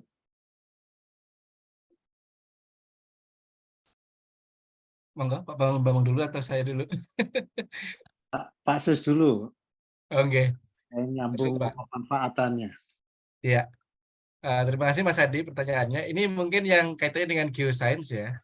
Tentu ilmu itu berkembang sesuai dengan perkembangan permasalahan saat ini juga begitu. Semakin kita punya permasalahan yang berbeda dengan permasalahan masa lalu, tentu juga sains dan teknologi akan mengikutinya.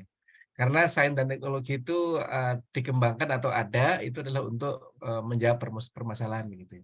Kaitannya dengan banjir Jakarta, barangkali pertama adalah mungkin yang saya ingin menggugah atau memotivasi teman-teman untuk mulai mengkuantifikasi ya. Mengkuantifikasi peran misalnya nature based solution. Nature based solution itu adalah solusi problem-problem lingkungan yang dia dikembalikan kepada alam. Misalnya adalah ada hal menarik. Waktu itu saya sempat diajak inspeksi. Kebetulan waktu itu menjadi semacam partner gitu dari Deltares yang menjadi konsultan banjirnya Jakarta. Terus kemudian kita melihat waktu itu sehabis kejadian Situ Gintung ya. Kemudian juga kita menginspeksi kali Sekretaris yang bagus sekali gitu. Jadi kali Sekretaris itu kali buatan ya di sekitar Bintaro situ, belakang Pondok Indah. Itu mungkin Pak Bambang bisa bercerita juga. Menariknya adalah wilayah sempadannya itu ditumbuhi oleh pepohonan banyak gitu ya. Nah, saya berpikir apakah mungkin teman-teman mahasiswa itu ada yang tertarik untuk membuat studi gitu ya. Kira-kira kan tadi persoalan yang disampaikan juga disampaikan oleh Pak Bambang adalah hujan yang turun sampai ke permukaan seharusnya kalau kita menginginkan kualitas air tanah yang bagus, maka infiltrasi itu harus lebih besar atau infiltrasinya harus besar lah ya dibanding dengan runoff atau proporsinya berapa yang terbaik nanti mungkin teman-teman hidrologi yang lebih tahu begitu. Nah, ketika misalnya di situ kita mulai kemudian ya melakukan nature based solution, jadi solusi alami, misalkan sepanjang sempadan sungai Ciliwung Tisadane itu ditanemin air gitu, mungkin bambu atau apa tanaman yang mungkin Pak Bambang lebih tahu gitu, kaitannya dengan apa namanya, yang bisa menyerap air lebih banyak dan menginfiltrasikan ke dalam tanah gitu ya. Itu bagaimana? Walaupun memang nanti akan ada problem di hilir, di mana wilayah sungai itu juga udah penuh oleh manusia begitu ya, wilayah sempadannya begitu. Tapi paling tidak mungkin di wilayah hulu dan tengah kali ya, mungkin masih bisa gitu ya. Nah, tetapi tidak sekedar kualitatif, teman-teman mahasiswa mungkin ada yang tertarik untuk mengkuantifikasinya, misalnya membandingkan antara wilayah yang tidak dilakukan treatment seperti itu dan dilakukan treatment seperti itu. Itu yang pertama. Jadi saya waktu itu sempat diajak ke Kali Sekretaris oleh Deltares, terus kemudian bagus sekali ini ada jembatan di atas apa kayak semacam hutan sungai gitu ya, jembatan kecil gitu. Terus di bawahnya itu pohon-pohon, terus badan airnya itu kecil aja di tengah. Ya, tetapi sempadannya itu miring gitu, lebar sekali gitu. Nah, ini bagus sekali saya pikir gitu, seperti itu. Terus yang kedua, saya bandingkan juga dengan Belanda. Ini mungkin juga nanti menjadi teman-teman kalau tertarik untuk menginspeksi sendiri di wilayah Jakarta Utara, tadi kan sudah ada gambarnya dari Pak Bambang ya, yang tinggi permukaan lautnya sendiri sudah di atas tinggi jalan gitu ya, karena faktor permukaan yang turun tadi, permukaan tanah yang turun. Nah, kalau di Belanda, tapi mungkin nggak tahu ini apakah bisa dilakukan di sini atau tidak. Di Belanda itu polder yang dibangun itu di samping pantai itu, kemudian jalan, di sebelum jalan kemudian bibir pantai itu ada biasanya kita mendapati gundukan tanah yang lebar banget begitu, gundukan tanah yang lebar banget. Terus saya tanya kepada teman-teman di sana atau expert di sana, itu apa sebenarnya? Nah, itulah sistem polder kami gitu. Sistem poldernya itu jadi ada bangunan yang dia menghalangi antara daratan dan lautan itu setinggi, kalau boleh dibilang di sini mungkin lebar poldernya itu ada sekitar ada kali 15 sampai 20 meter gitu. Jadi lebar sekali. Nah, jadi tanah gundukan gitu. Dan teman-teman kalau boleh tahu kalau mungkin negara Belanda itu dikenal sebagai negara kincir angin. Kincir anginnya itu sebenarnya bukan untuk menghasil listrik, tetapi adalah untuk memompa air itu dengan gerakan angin itu memompa air secara mekanis, air itu keluar daratan dibuang ke lautan gitu. Karena juga sama Belanda itu hampir separuh dari negara itu 40% itu berada di bawah permukaan laut gitu. Sama dengan kondisi Jakarta di bagian utara. Nah, cuma kalau kita tadi temboknya saja, tanggulnya itu hanya lebarnya kalau nggak salah yang digambar Pak Bambang tadi itu hanya 30 cm atau berapa senti ya Pak ya. Tebal temboknya itu loh penghalangnya itu. Ditambah gitu kita sangat bergantung kepada pompa air yang ketika banjir, apalagi misalkan pasang surut di Jakarta itu ada banjir rob ya, yang nanti air laut lebih pasang, lebih tinggi dibanding sehingga air nggak akan bisa keluar dari daratan karena ada rob itu, sehingga terpaksa pakai pompa. Tapi pompanya juga ketika terjadi banjir itu biasanya punya problem gitu. Mati listriknya atau apa gitu. Nah, barangkali itu teman-teman untuk memotivasi teman-teman mahasiswa terkait dengan peran dari geosains, barangkali teman-teman bisa mengkuantifikasi itu gitu ya. Nah, yang terakhir adalah terkait dengan pengembangan itu, ya peringatan dini tadi sudah disinggung ya, bahwa di dalam kebencanaan peringatan dini itu akan dibilang efektif ya, peringatan dini itu akan bilang efektif. Nah, ini juga sebagai amanat dari GPDRR kemarin ya, bahwa setiap negara itu hendaknya memprovide atau menyediakan peringatan dini yang efektif. Peringatan dini yang efektif itu stressingnya 2, yaitu people centered dan avoiding loss. Jadi people centered, jadi lebih berorientasi kepada orang supaya peringatan dini itu mudah dipahami, orang sudah tahu gitu ya. Jadi tidak sekedar peringatan dini, tetapi juga harus bisa menggait sampai ke aksi dini. Kalau misalkan seperti ini peringatan dininya, masyarakat melakukan apa itu jelas begitu. Kemudian yang kedua ya tadi supaya semakin banyak tidak ada kerugian baik materi maupun jiwa seperti itu. Nah, tentu teman-teman di era digital seperti ini, era komunikasi 5.0, tantangan besarnya adalah menghadirkan peringatan dini yang efektif tadi. Itu mungkin keilmuan dari universitas bisa melengkapi operasional yang ada di BMKG maupun ada di PU atau di BPWS kaitannya dengan peringatan dini itu supaya komprehensif dan efektif gitu. Itu mungkin barangkali monggo Pak Bambang bila ingin menambahkan. Baik, saya rasa pengembangan terhadap sistem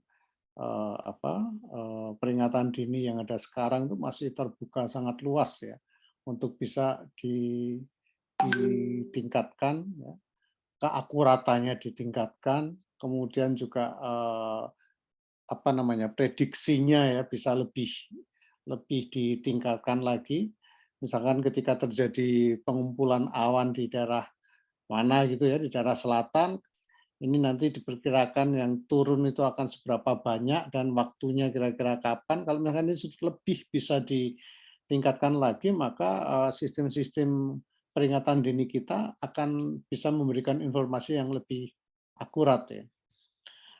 Tentunya yang harus kita pahami bahwa hal-hal seperti ini membutuhkan dana yang sangat besar kalau kita mau ideal. Nah,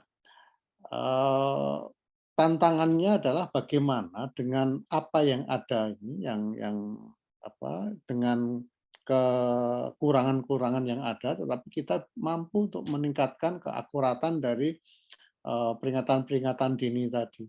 Ini menjadi salah satu tantangan. Kalau di negara-negara maju dengan budget yang katakan sangat besar mungkin akan mudah, tetapi untuk kita itu bukan hal yang mudah ya. Tentunya dibutuhkan inovasi-inovasi yang lebih sederhana, tetapi lebih lebih praktis ya, lebih tepat guna. Misalkan kita di lokasi-lokasi yang terbiasa terkena banjir, itu kita lakukan pemasangan tanda-tanda di situ. Misalkan ini kejadian banjir tahun sekian, tingginya segini. Ya, kejadian banjir tahun sekian, ketinggiannya segini, sehingga itu masyarakat bisa memperkirakan dia sebenarnya berada di daerah rawan banjir atau tidak. Ini contoh-contoh yang sederhana ya, yang bisa dilakukan. Mungkin saya tidak ingin mengajak adik-adik mahasiswa ke hal-hal yang lebih bersifat canggih ya, karena itu juga membutuhkan dana yang cukup besar. Tapi saya ingin mengajak ke hal-hal yang lebih sederhana tetapi lebih tepat guna gitu. Ya. Ada banyak hal yang bisa dilakukan dan ini sekarang juga banyak sekali komunitas-komunitas masyarakat ya yang atas usahanya sendiri mereka mengambil peran di dalam hal mitigasi banjir dengan alat-alat yang sederhana, bukan alat-alat yang canggih. Nah, ini menjadi tantangan sebenarnya bagi adik-adik mahasiswa untuk dapat menemukan hal-hal seperti itu. Kalau yang dengan peralatan yang canggih-canggih tadi mungkin dari BMKG kah atau dari ESDM atau dari mana itu mereka punya semua ya. Tetapi untuk hal-hal sederhana ya itu dibutuhkan inovasi-inovasi yang betul-betul jadi tantangan lah bagi adik-adik semua. Saya rasa masih banyak yang bisa dilakukan asal mau menggali ya. Asal mau menggali dan jangan terlalu berpikir yang jauh ya, yang besar gitu. Ada hal sederhana yang bisa dilakukan. Ya. Tetapi kalau misalkan memang ada dana yang cukup besar yang bisa mendukung itu, ya kita bisa lah melakukan hal yang cukup jauh ke depan ya, yang cukup canggih itu. Ya. Tetapi coba mulai dari hal yang sederhana saja. Hal sederhana tapi tepat guna, seperti misalkan itu tadi patok-patok lokasi banjir yang terjadi tahun berapa ini, kemudian kita bisa membuat garisnya di mana saja terjadi genangan itu akan menjadi suatu peringatan bagi masyarakat ya. Paling tidak kalau mau membuat rumah ya dia harus rumah panggung misalkan seperti itu. Atau kalau developer mau bangun di situ ya dia menghindari sempadan sungainya misalkan ya, misalkan seperti itu. Karena itu kita bisa tahu setinggi mana genangan banjir yang ada di situ. Untuk yang saat ini coba kami kembangkan juga prediksi terhadap banjir yang akan turun berdasarkan data satelit ya. Tapi ini memang masih cukup panjang perjalanannya karena data satelit juga masih harus dikalibrasi dengan alat-alat ukur yang ada di permukaan. Ya, seperti itu. Prinsipnya masih banyak, masih peluangnya masih besar sekali untuk bisa mengembangkan ilmu ini ya ke geoscience ya. Gitu. Sekian. Mungkin izin sedikit menambahkan Pak Bambang. Ya, monggo. Mas Adi, mungkin juga teman-teman bagus juga ya mulai berpikir tentang lintas disiplin, pendekatan lintas disiplin. Kemarin saya baru saja melakukan kegiatan literasi iklim di Manggarai bersama UNJ. Kebetulan ada kan mereka punya kampus Merdeka, Merdeka Belajar Kampus Merdeka ya, MBKM itu, terus kemudian ada kerjasama dengan BMKG. Nah, 2 tahun ini kita menyelenggarakan semacam KKN tematik. Tematiknya karena Jakarta itu berarti permasalahannya banjir gitu kan.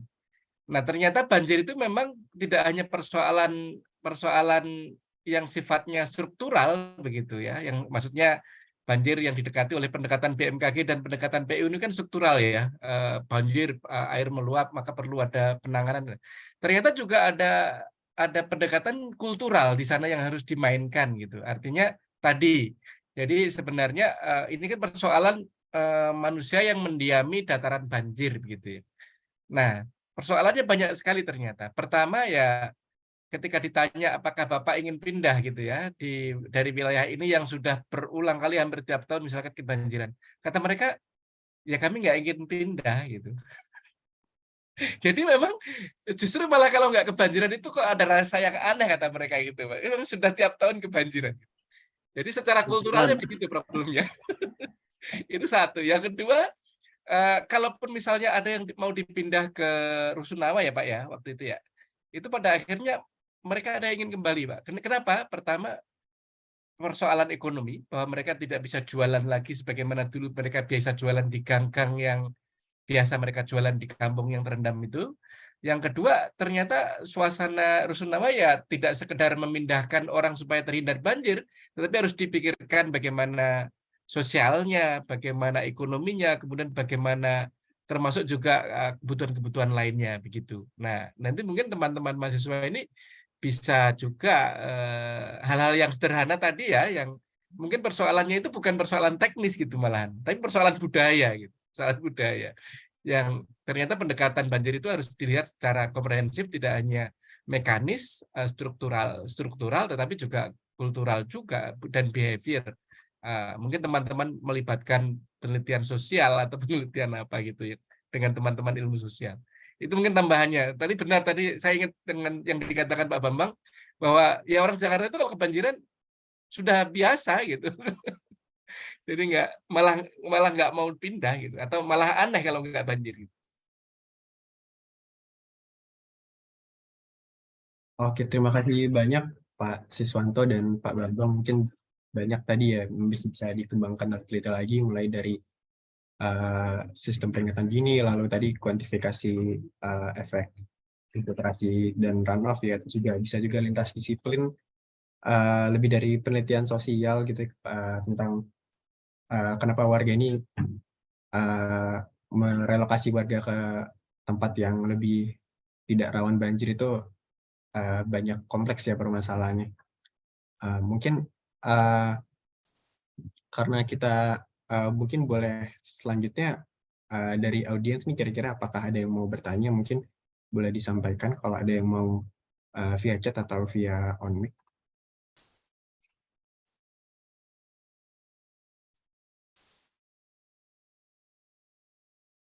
Sambil nunggu mungkin dari audiens ada pertanyaan mungkin nggak terlalu berkaitan nih ya Pak, tapi saya penasaran aja sih Pak. Kan ini ada rencana untuk pindah ke ini ya, ibu kota baru. Nah, ibu kota baru tuh sebenarnya ada kemungkinan untuk banjir yang lebih tinggi atau menurut Bapak, Bambang dan Siswanto apa lebih rendah gitu? Dan kira-kira apakah ideal untuk, lokasinya atau tidak gitu dari segi kebanjiran nih?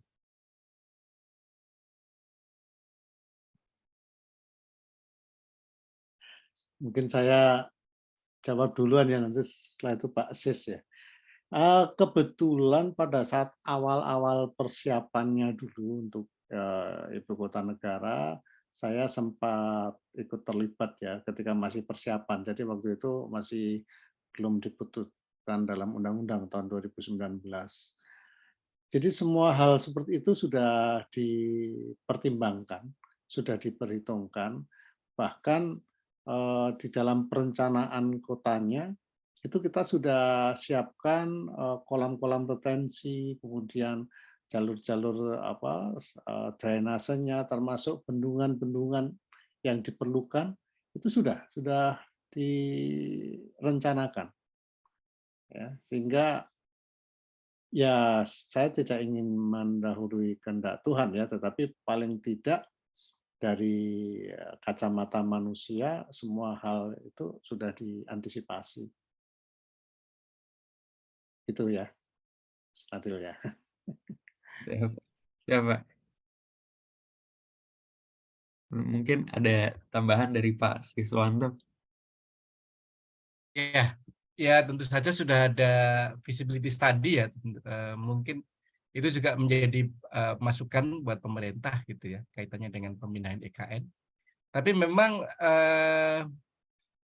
harus kita sadari ya bahwa saya kebetulan mengkaji data iklim selama ratusan tahun sejak perkembangan Jakarta yang dulu kotanya di zaman awal-awal perkembangan kota itu hanya satu baris gitu ya. Jadi dari kota tua ke mana ke Mester Cornelis di Jatinegara itu, kemudian berkembang. Nah, mungkin kalau misalnya boleh saya tunjukkan petanya kayak begini gitu ya. Masih ada nggak? Boleh, Pak. Nah, ya kayak gini. Nah, di sini di kota Jakarta itu ya, dulu awalnya yang hanya hitam ini Mas, hitam ini, kemudian dia ke ungu, kemudian ke jingga, sampai ke hijau, lalu ke oranye. Yang merah ini tahun 2009 ya, sudah kayak begitu. Kemudian dari Citra Heart Landsat juga tahun 83 itu kayak begini, 92 kayak gini, 2008 kayak gini, perkembangan kota ya. Dan ternyata itu mempengaruhi suhu seperti ini. Dan suhu Jakarta itu sudah lebih kuat, pemanasannya 1,4 kali lebih kuat dibanding suhu global gitu ya, kenaikannya. Ternyata itu punya kaitan dengan hujan ekstrim tadi yang saya ceritakan panjang lebar. Jadi sesuai dengan hukum fisika, setiap kenaikan 1 derajat Celcius suhu udara permukaan itu bertanggung jawab terhadap 7% hingga 14% daya tangkap uap air di atmosfer. Artinya awan akan semakin mudah terbentuk, kemudian tinggi, berkembang tinggi, dan mengucurkan hujan yang lebih lebat dibanding biasanya. Nah, kalau di negara-negara lintang berkembang itu kesimpulan mereka adalah daya tangkap uap atmosfer itu 7%, sementara penelitian saya menunjukkan daya tangkapnya lebih untuk wilayah tropis ini. Jadi 14%, artinya double dibanding wilayah di negara-negara dengan lintang menengah begitu. Nah, ini menunjukkan bahwa semakin panas suatu tempat, semakin panas suhu suatu wilayah, maka dia akan mengubah sirkulasi atmosfer di atasnya, komposisi atmosfer di atasnya, dan juga dinamika atmosfer di atasnya. Sehingga kalau kemudian kota ini semakin dipenuhi oleh orang, maka alam juga akan alam akan membalasnya dengan sesuatu yang lain begitu. Nah, problem itu sebenarnya terjadi tidak hanya di Jakarta, Semarang, Surabaya, Medan, dan Ujung Pandang itu adalah kota-kota yang memiliki kemiripan, yaitu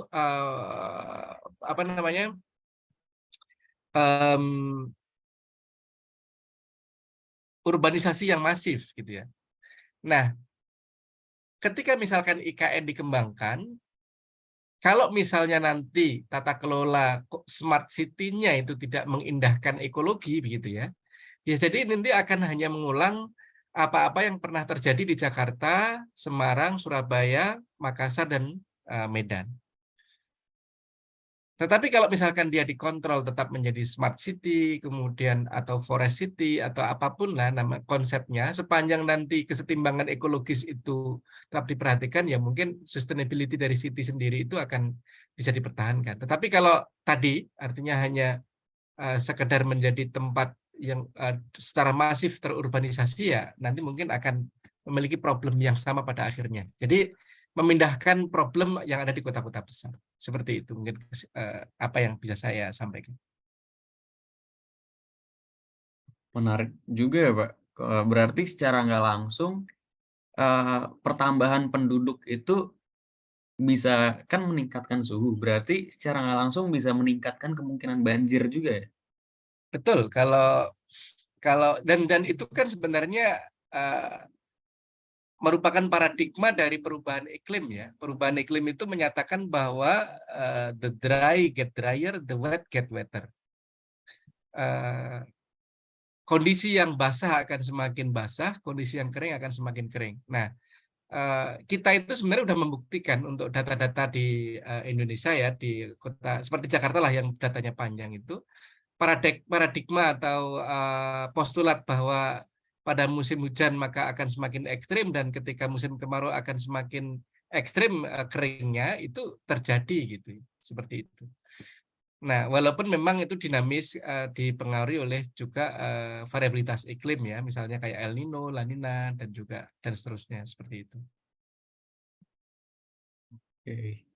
Berarti secara nggak langsung mungkin pertanyaan dari saya dikit lagi. Manusia berarti banjir itu bisa dibilang faktornya itu besar juga dari manusia, bahkan dari apa namanya, manusianya ada di situ pun itu bisa meningkatkan faktor banjir. Jadi bukan cuman dari natural cause doang gitu, dari mungkin lokasinya. Apa betul nggak sih Pak kayak begitu? Dan kira-kira apa yang harus disiapkan gitu? Mungkin dari segi infrastrukturnya atau mungkin dari segi teknologinya kalau misalkan itu terjadi lagi gitu. Ya, ya, memang benar setiap kejadian bencana dalam hal ini banjir itu ada faktor yang non alami juga gitu. Secara alami memang hujan yang memicu banjir itu alami kejadiannya. Tetapi peningkatan hujan itu adalah faktor antropogenis karena tadi sebagaimana yang saya jelaskan di paper saya itu kenaikan 1 derajat Celcius suhu udara permukaan itu bisa meningkatkan potensi hujan ekstrim yang diakibatkan oleh berubahnya atau semakin menguatnya siklus hidrologi perputaran air tadi ya, itu satu. Yang kedua, selain itu ada faktor mekanis, misalkan Jakarta itu penurunan tanahnya tidak akan semakin cepat di bagian utaranya kalau tidak ada dua hal. Yang pertama adalah abstraksi air tanah yang berlebihan, karena kalau diambil airnya maka rongganya akan tidak terisi. Ketika rongga tidak terisi maka akan lebih mudah tergencet atau tersupresi oleh berat permukaan gitu ya. Ditambah itu selain air tanahnya diambil secara berlebihan yang menyebabkan rongga di lapisan permukaan kulit bumi itu semakin bisa tersupresi gitu. Manusia kita itu cenderung untuk memberikan beban permukaan bumi itu secara berlebihan. Coba pembangunan masif gedung-gedung tinggi itu misalkan, ya. Jadi ada dua hal yang menyebabkan permukaan tanah semakin turun. Pertama, air tanah diambil berlebihan. Yang kedua, karena manusia membangun bangunan-bangunan berat di atasnya. Seperti itu. Nah itu kan faktor bukan alam, tetapi faktor pembangunan kan begitu. Oke. Mungkin ada tambahan dari Pak Bambang untuk terkait infrastrukturnya. Saya rasa saya sepakat dengan yang disampaikan Pak Sis tadi. Ya, itulah kondisinya yang saat ini sedang kita hadapi. Terlalu banyaknya air tanah yang yang dieksploitasi dan pembangunan yang sangat masif ya, itu menyebabkan penurunan tadi. Ya, kalau terkait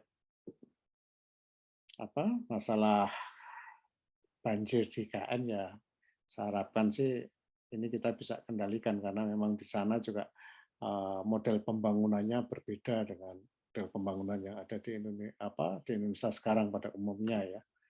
Di sana nanti tidak akan lebih banyak orang berjalan kaki daripada orang naik mobil kan, hanya seperti itu.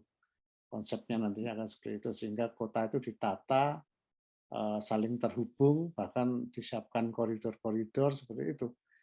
Mudah-mudahan itu pola itu tetap bisa dijaga lah seperti harapan Pak Sis tadi. Iya. Jadi kayak di Jepang gitu ya Pak modelnya? Jepang kalau Tokyo kan juga sudah crowded juga ya Pak Sis ya. Oh. Jadi Jepang tidak selalu berarti lebih baik dari kita ya. Iya. Jangan terlalu ini dengan luar negeri. Oke. Baik, siap. Oke, makasih banyak untuk Pak Bambang dan Pak Siswanto.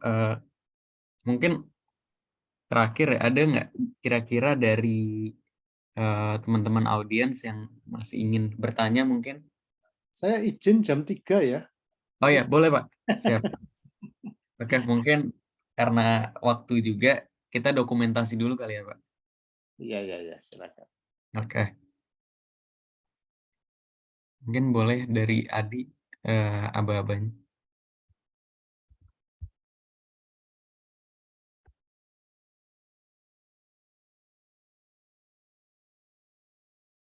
Tuh, 2, 3. Tuh, 2, 3. Ya, oke, sudah. Makasih. Oke, baik.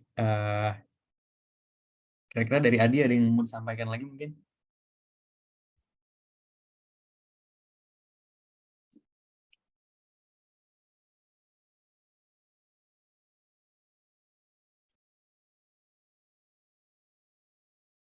Dan sesuai amanat presiden nanti yang ke IKN kan yang muda-muda ini ya Pak ya, generasi muda-muda ini ya. Oh, betul. Saya sudah pensiun ketika harus pindah. Betul Pak. Siap. Ya Pak. Oke, makasih banyak. Mungkin sekian untuk dari pertanyaan dan diskusinya.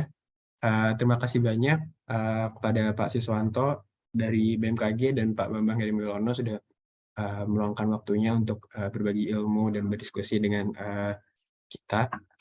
Semoga ilmu yang Bapak berikan bisa bermanfaat untuk kita semua. Mungkin dari Bang Nabil, ada yang mau disampaikan lagi? Sudah cukup, mungkin dari saya segitu aja. Makasih banyak buat Pak Bambang dan Pak Siswanto. Mungkin saya dapat nomornya Pak Siswanto juga dari Mas Adnan juga. Itu saya alhamdulillah banget. Dan Pak Bambang bisa hadir di sini, saya juga alhamdulillah juga karena kedua kolaborasi dari kedua institusi ini kan jarang banget dan mungkin untuk mahasiswa bisa ngundang tuh keren lah. Jadi makasih banget udah bisa hadir dan insya Allah ini recordingnya bakal di-upload di YouTube nanti Geoscience UI. Nanti mungkin bisa ditonton lagi dan di-share kalau tertarik. Oke, makasih banyak. Sekian dari kami, mungkin akan closing. Oke, Assalamualaikum warahmatullahi wabarakatuh. Waalaikumsalam warahmatullahi wabarakatuh. Terima kasih Pak Bambang. Pak Sis, terima kasih. Iya. Adik-adik mahasiswa, terima kasih ya. Iya. Sukses. Sukses, mohon izin live. Ya, Waalaikumsalam. Waalaikumsalam warahmatullahi wabarakatuh.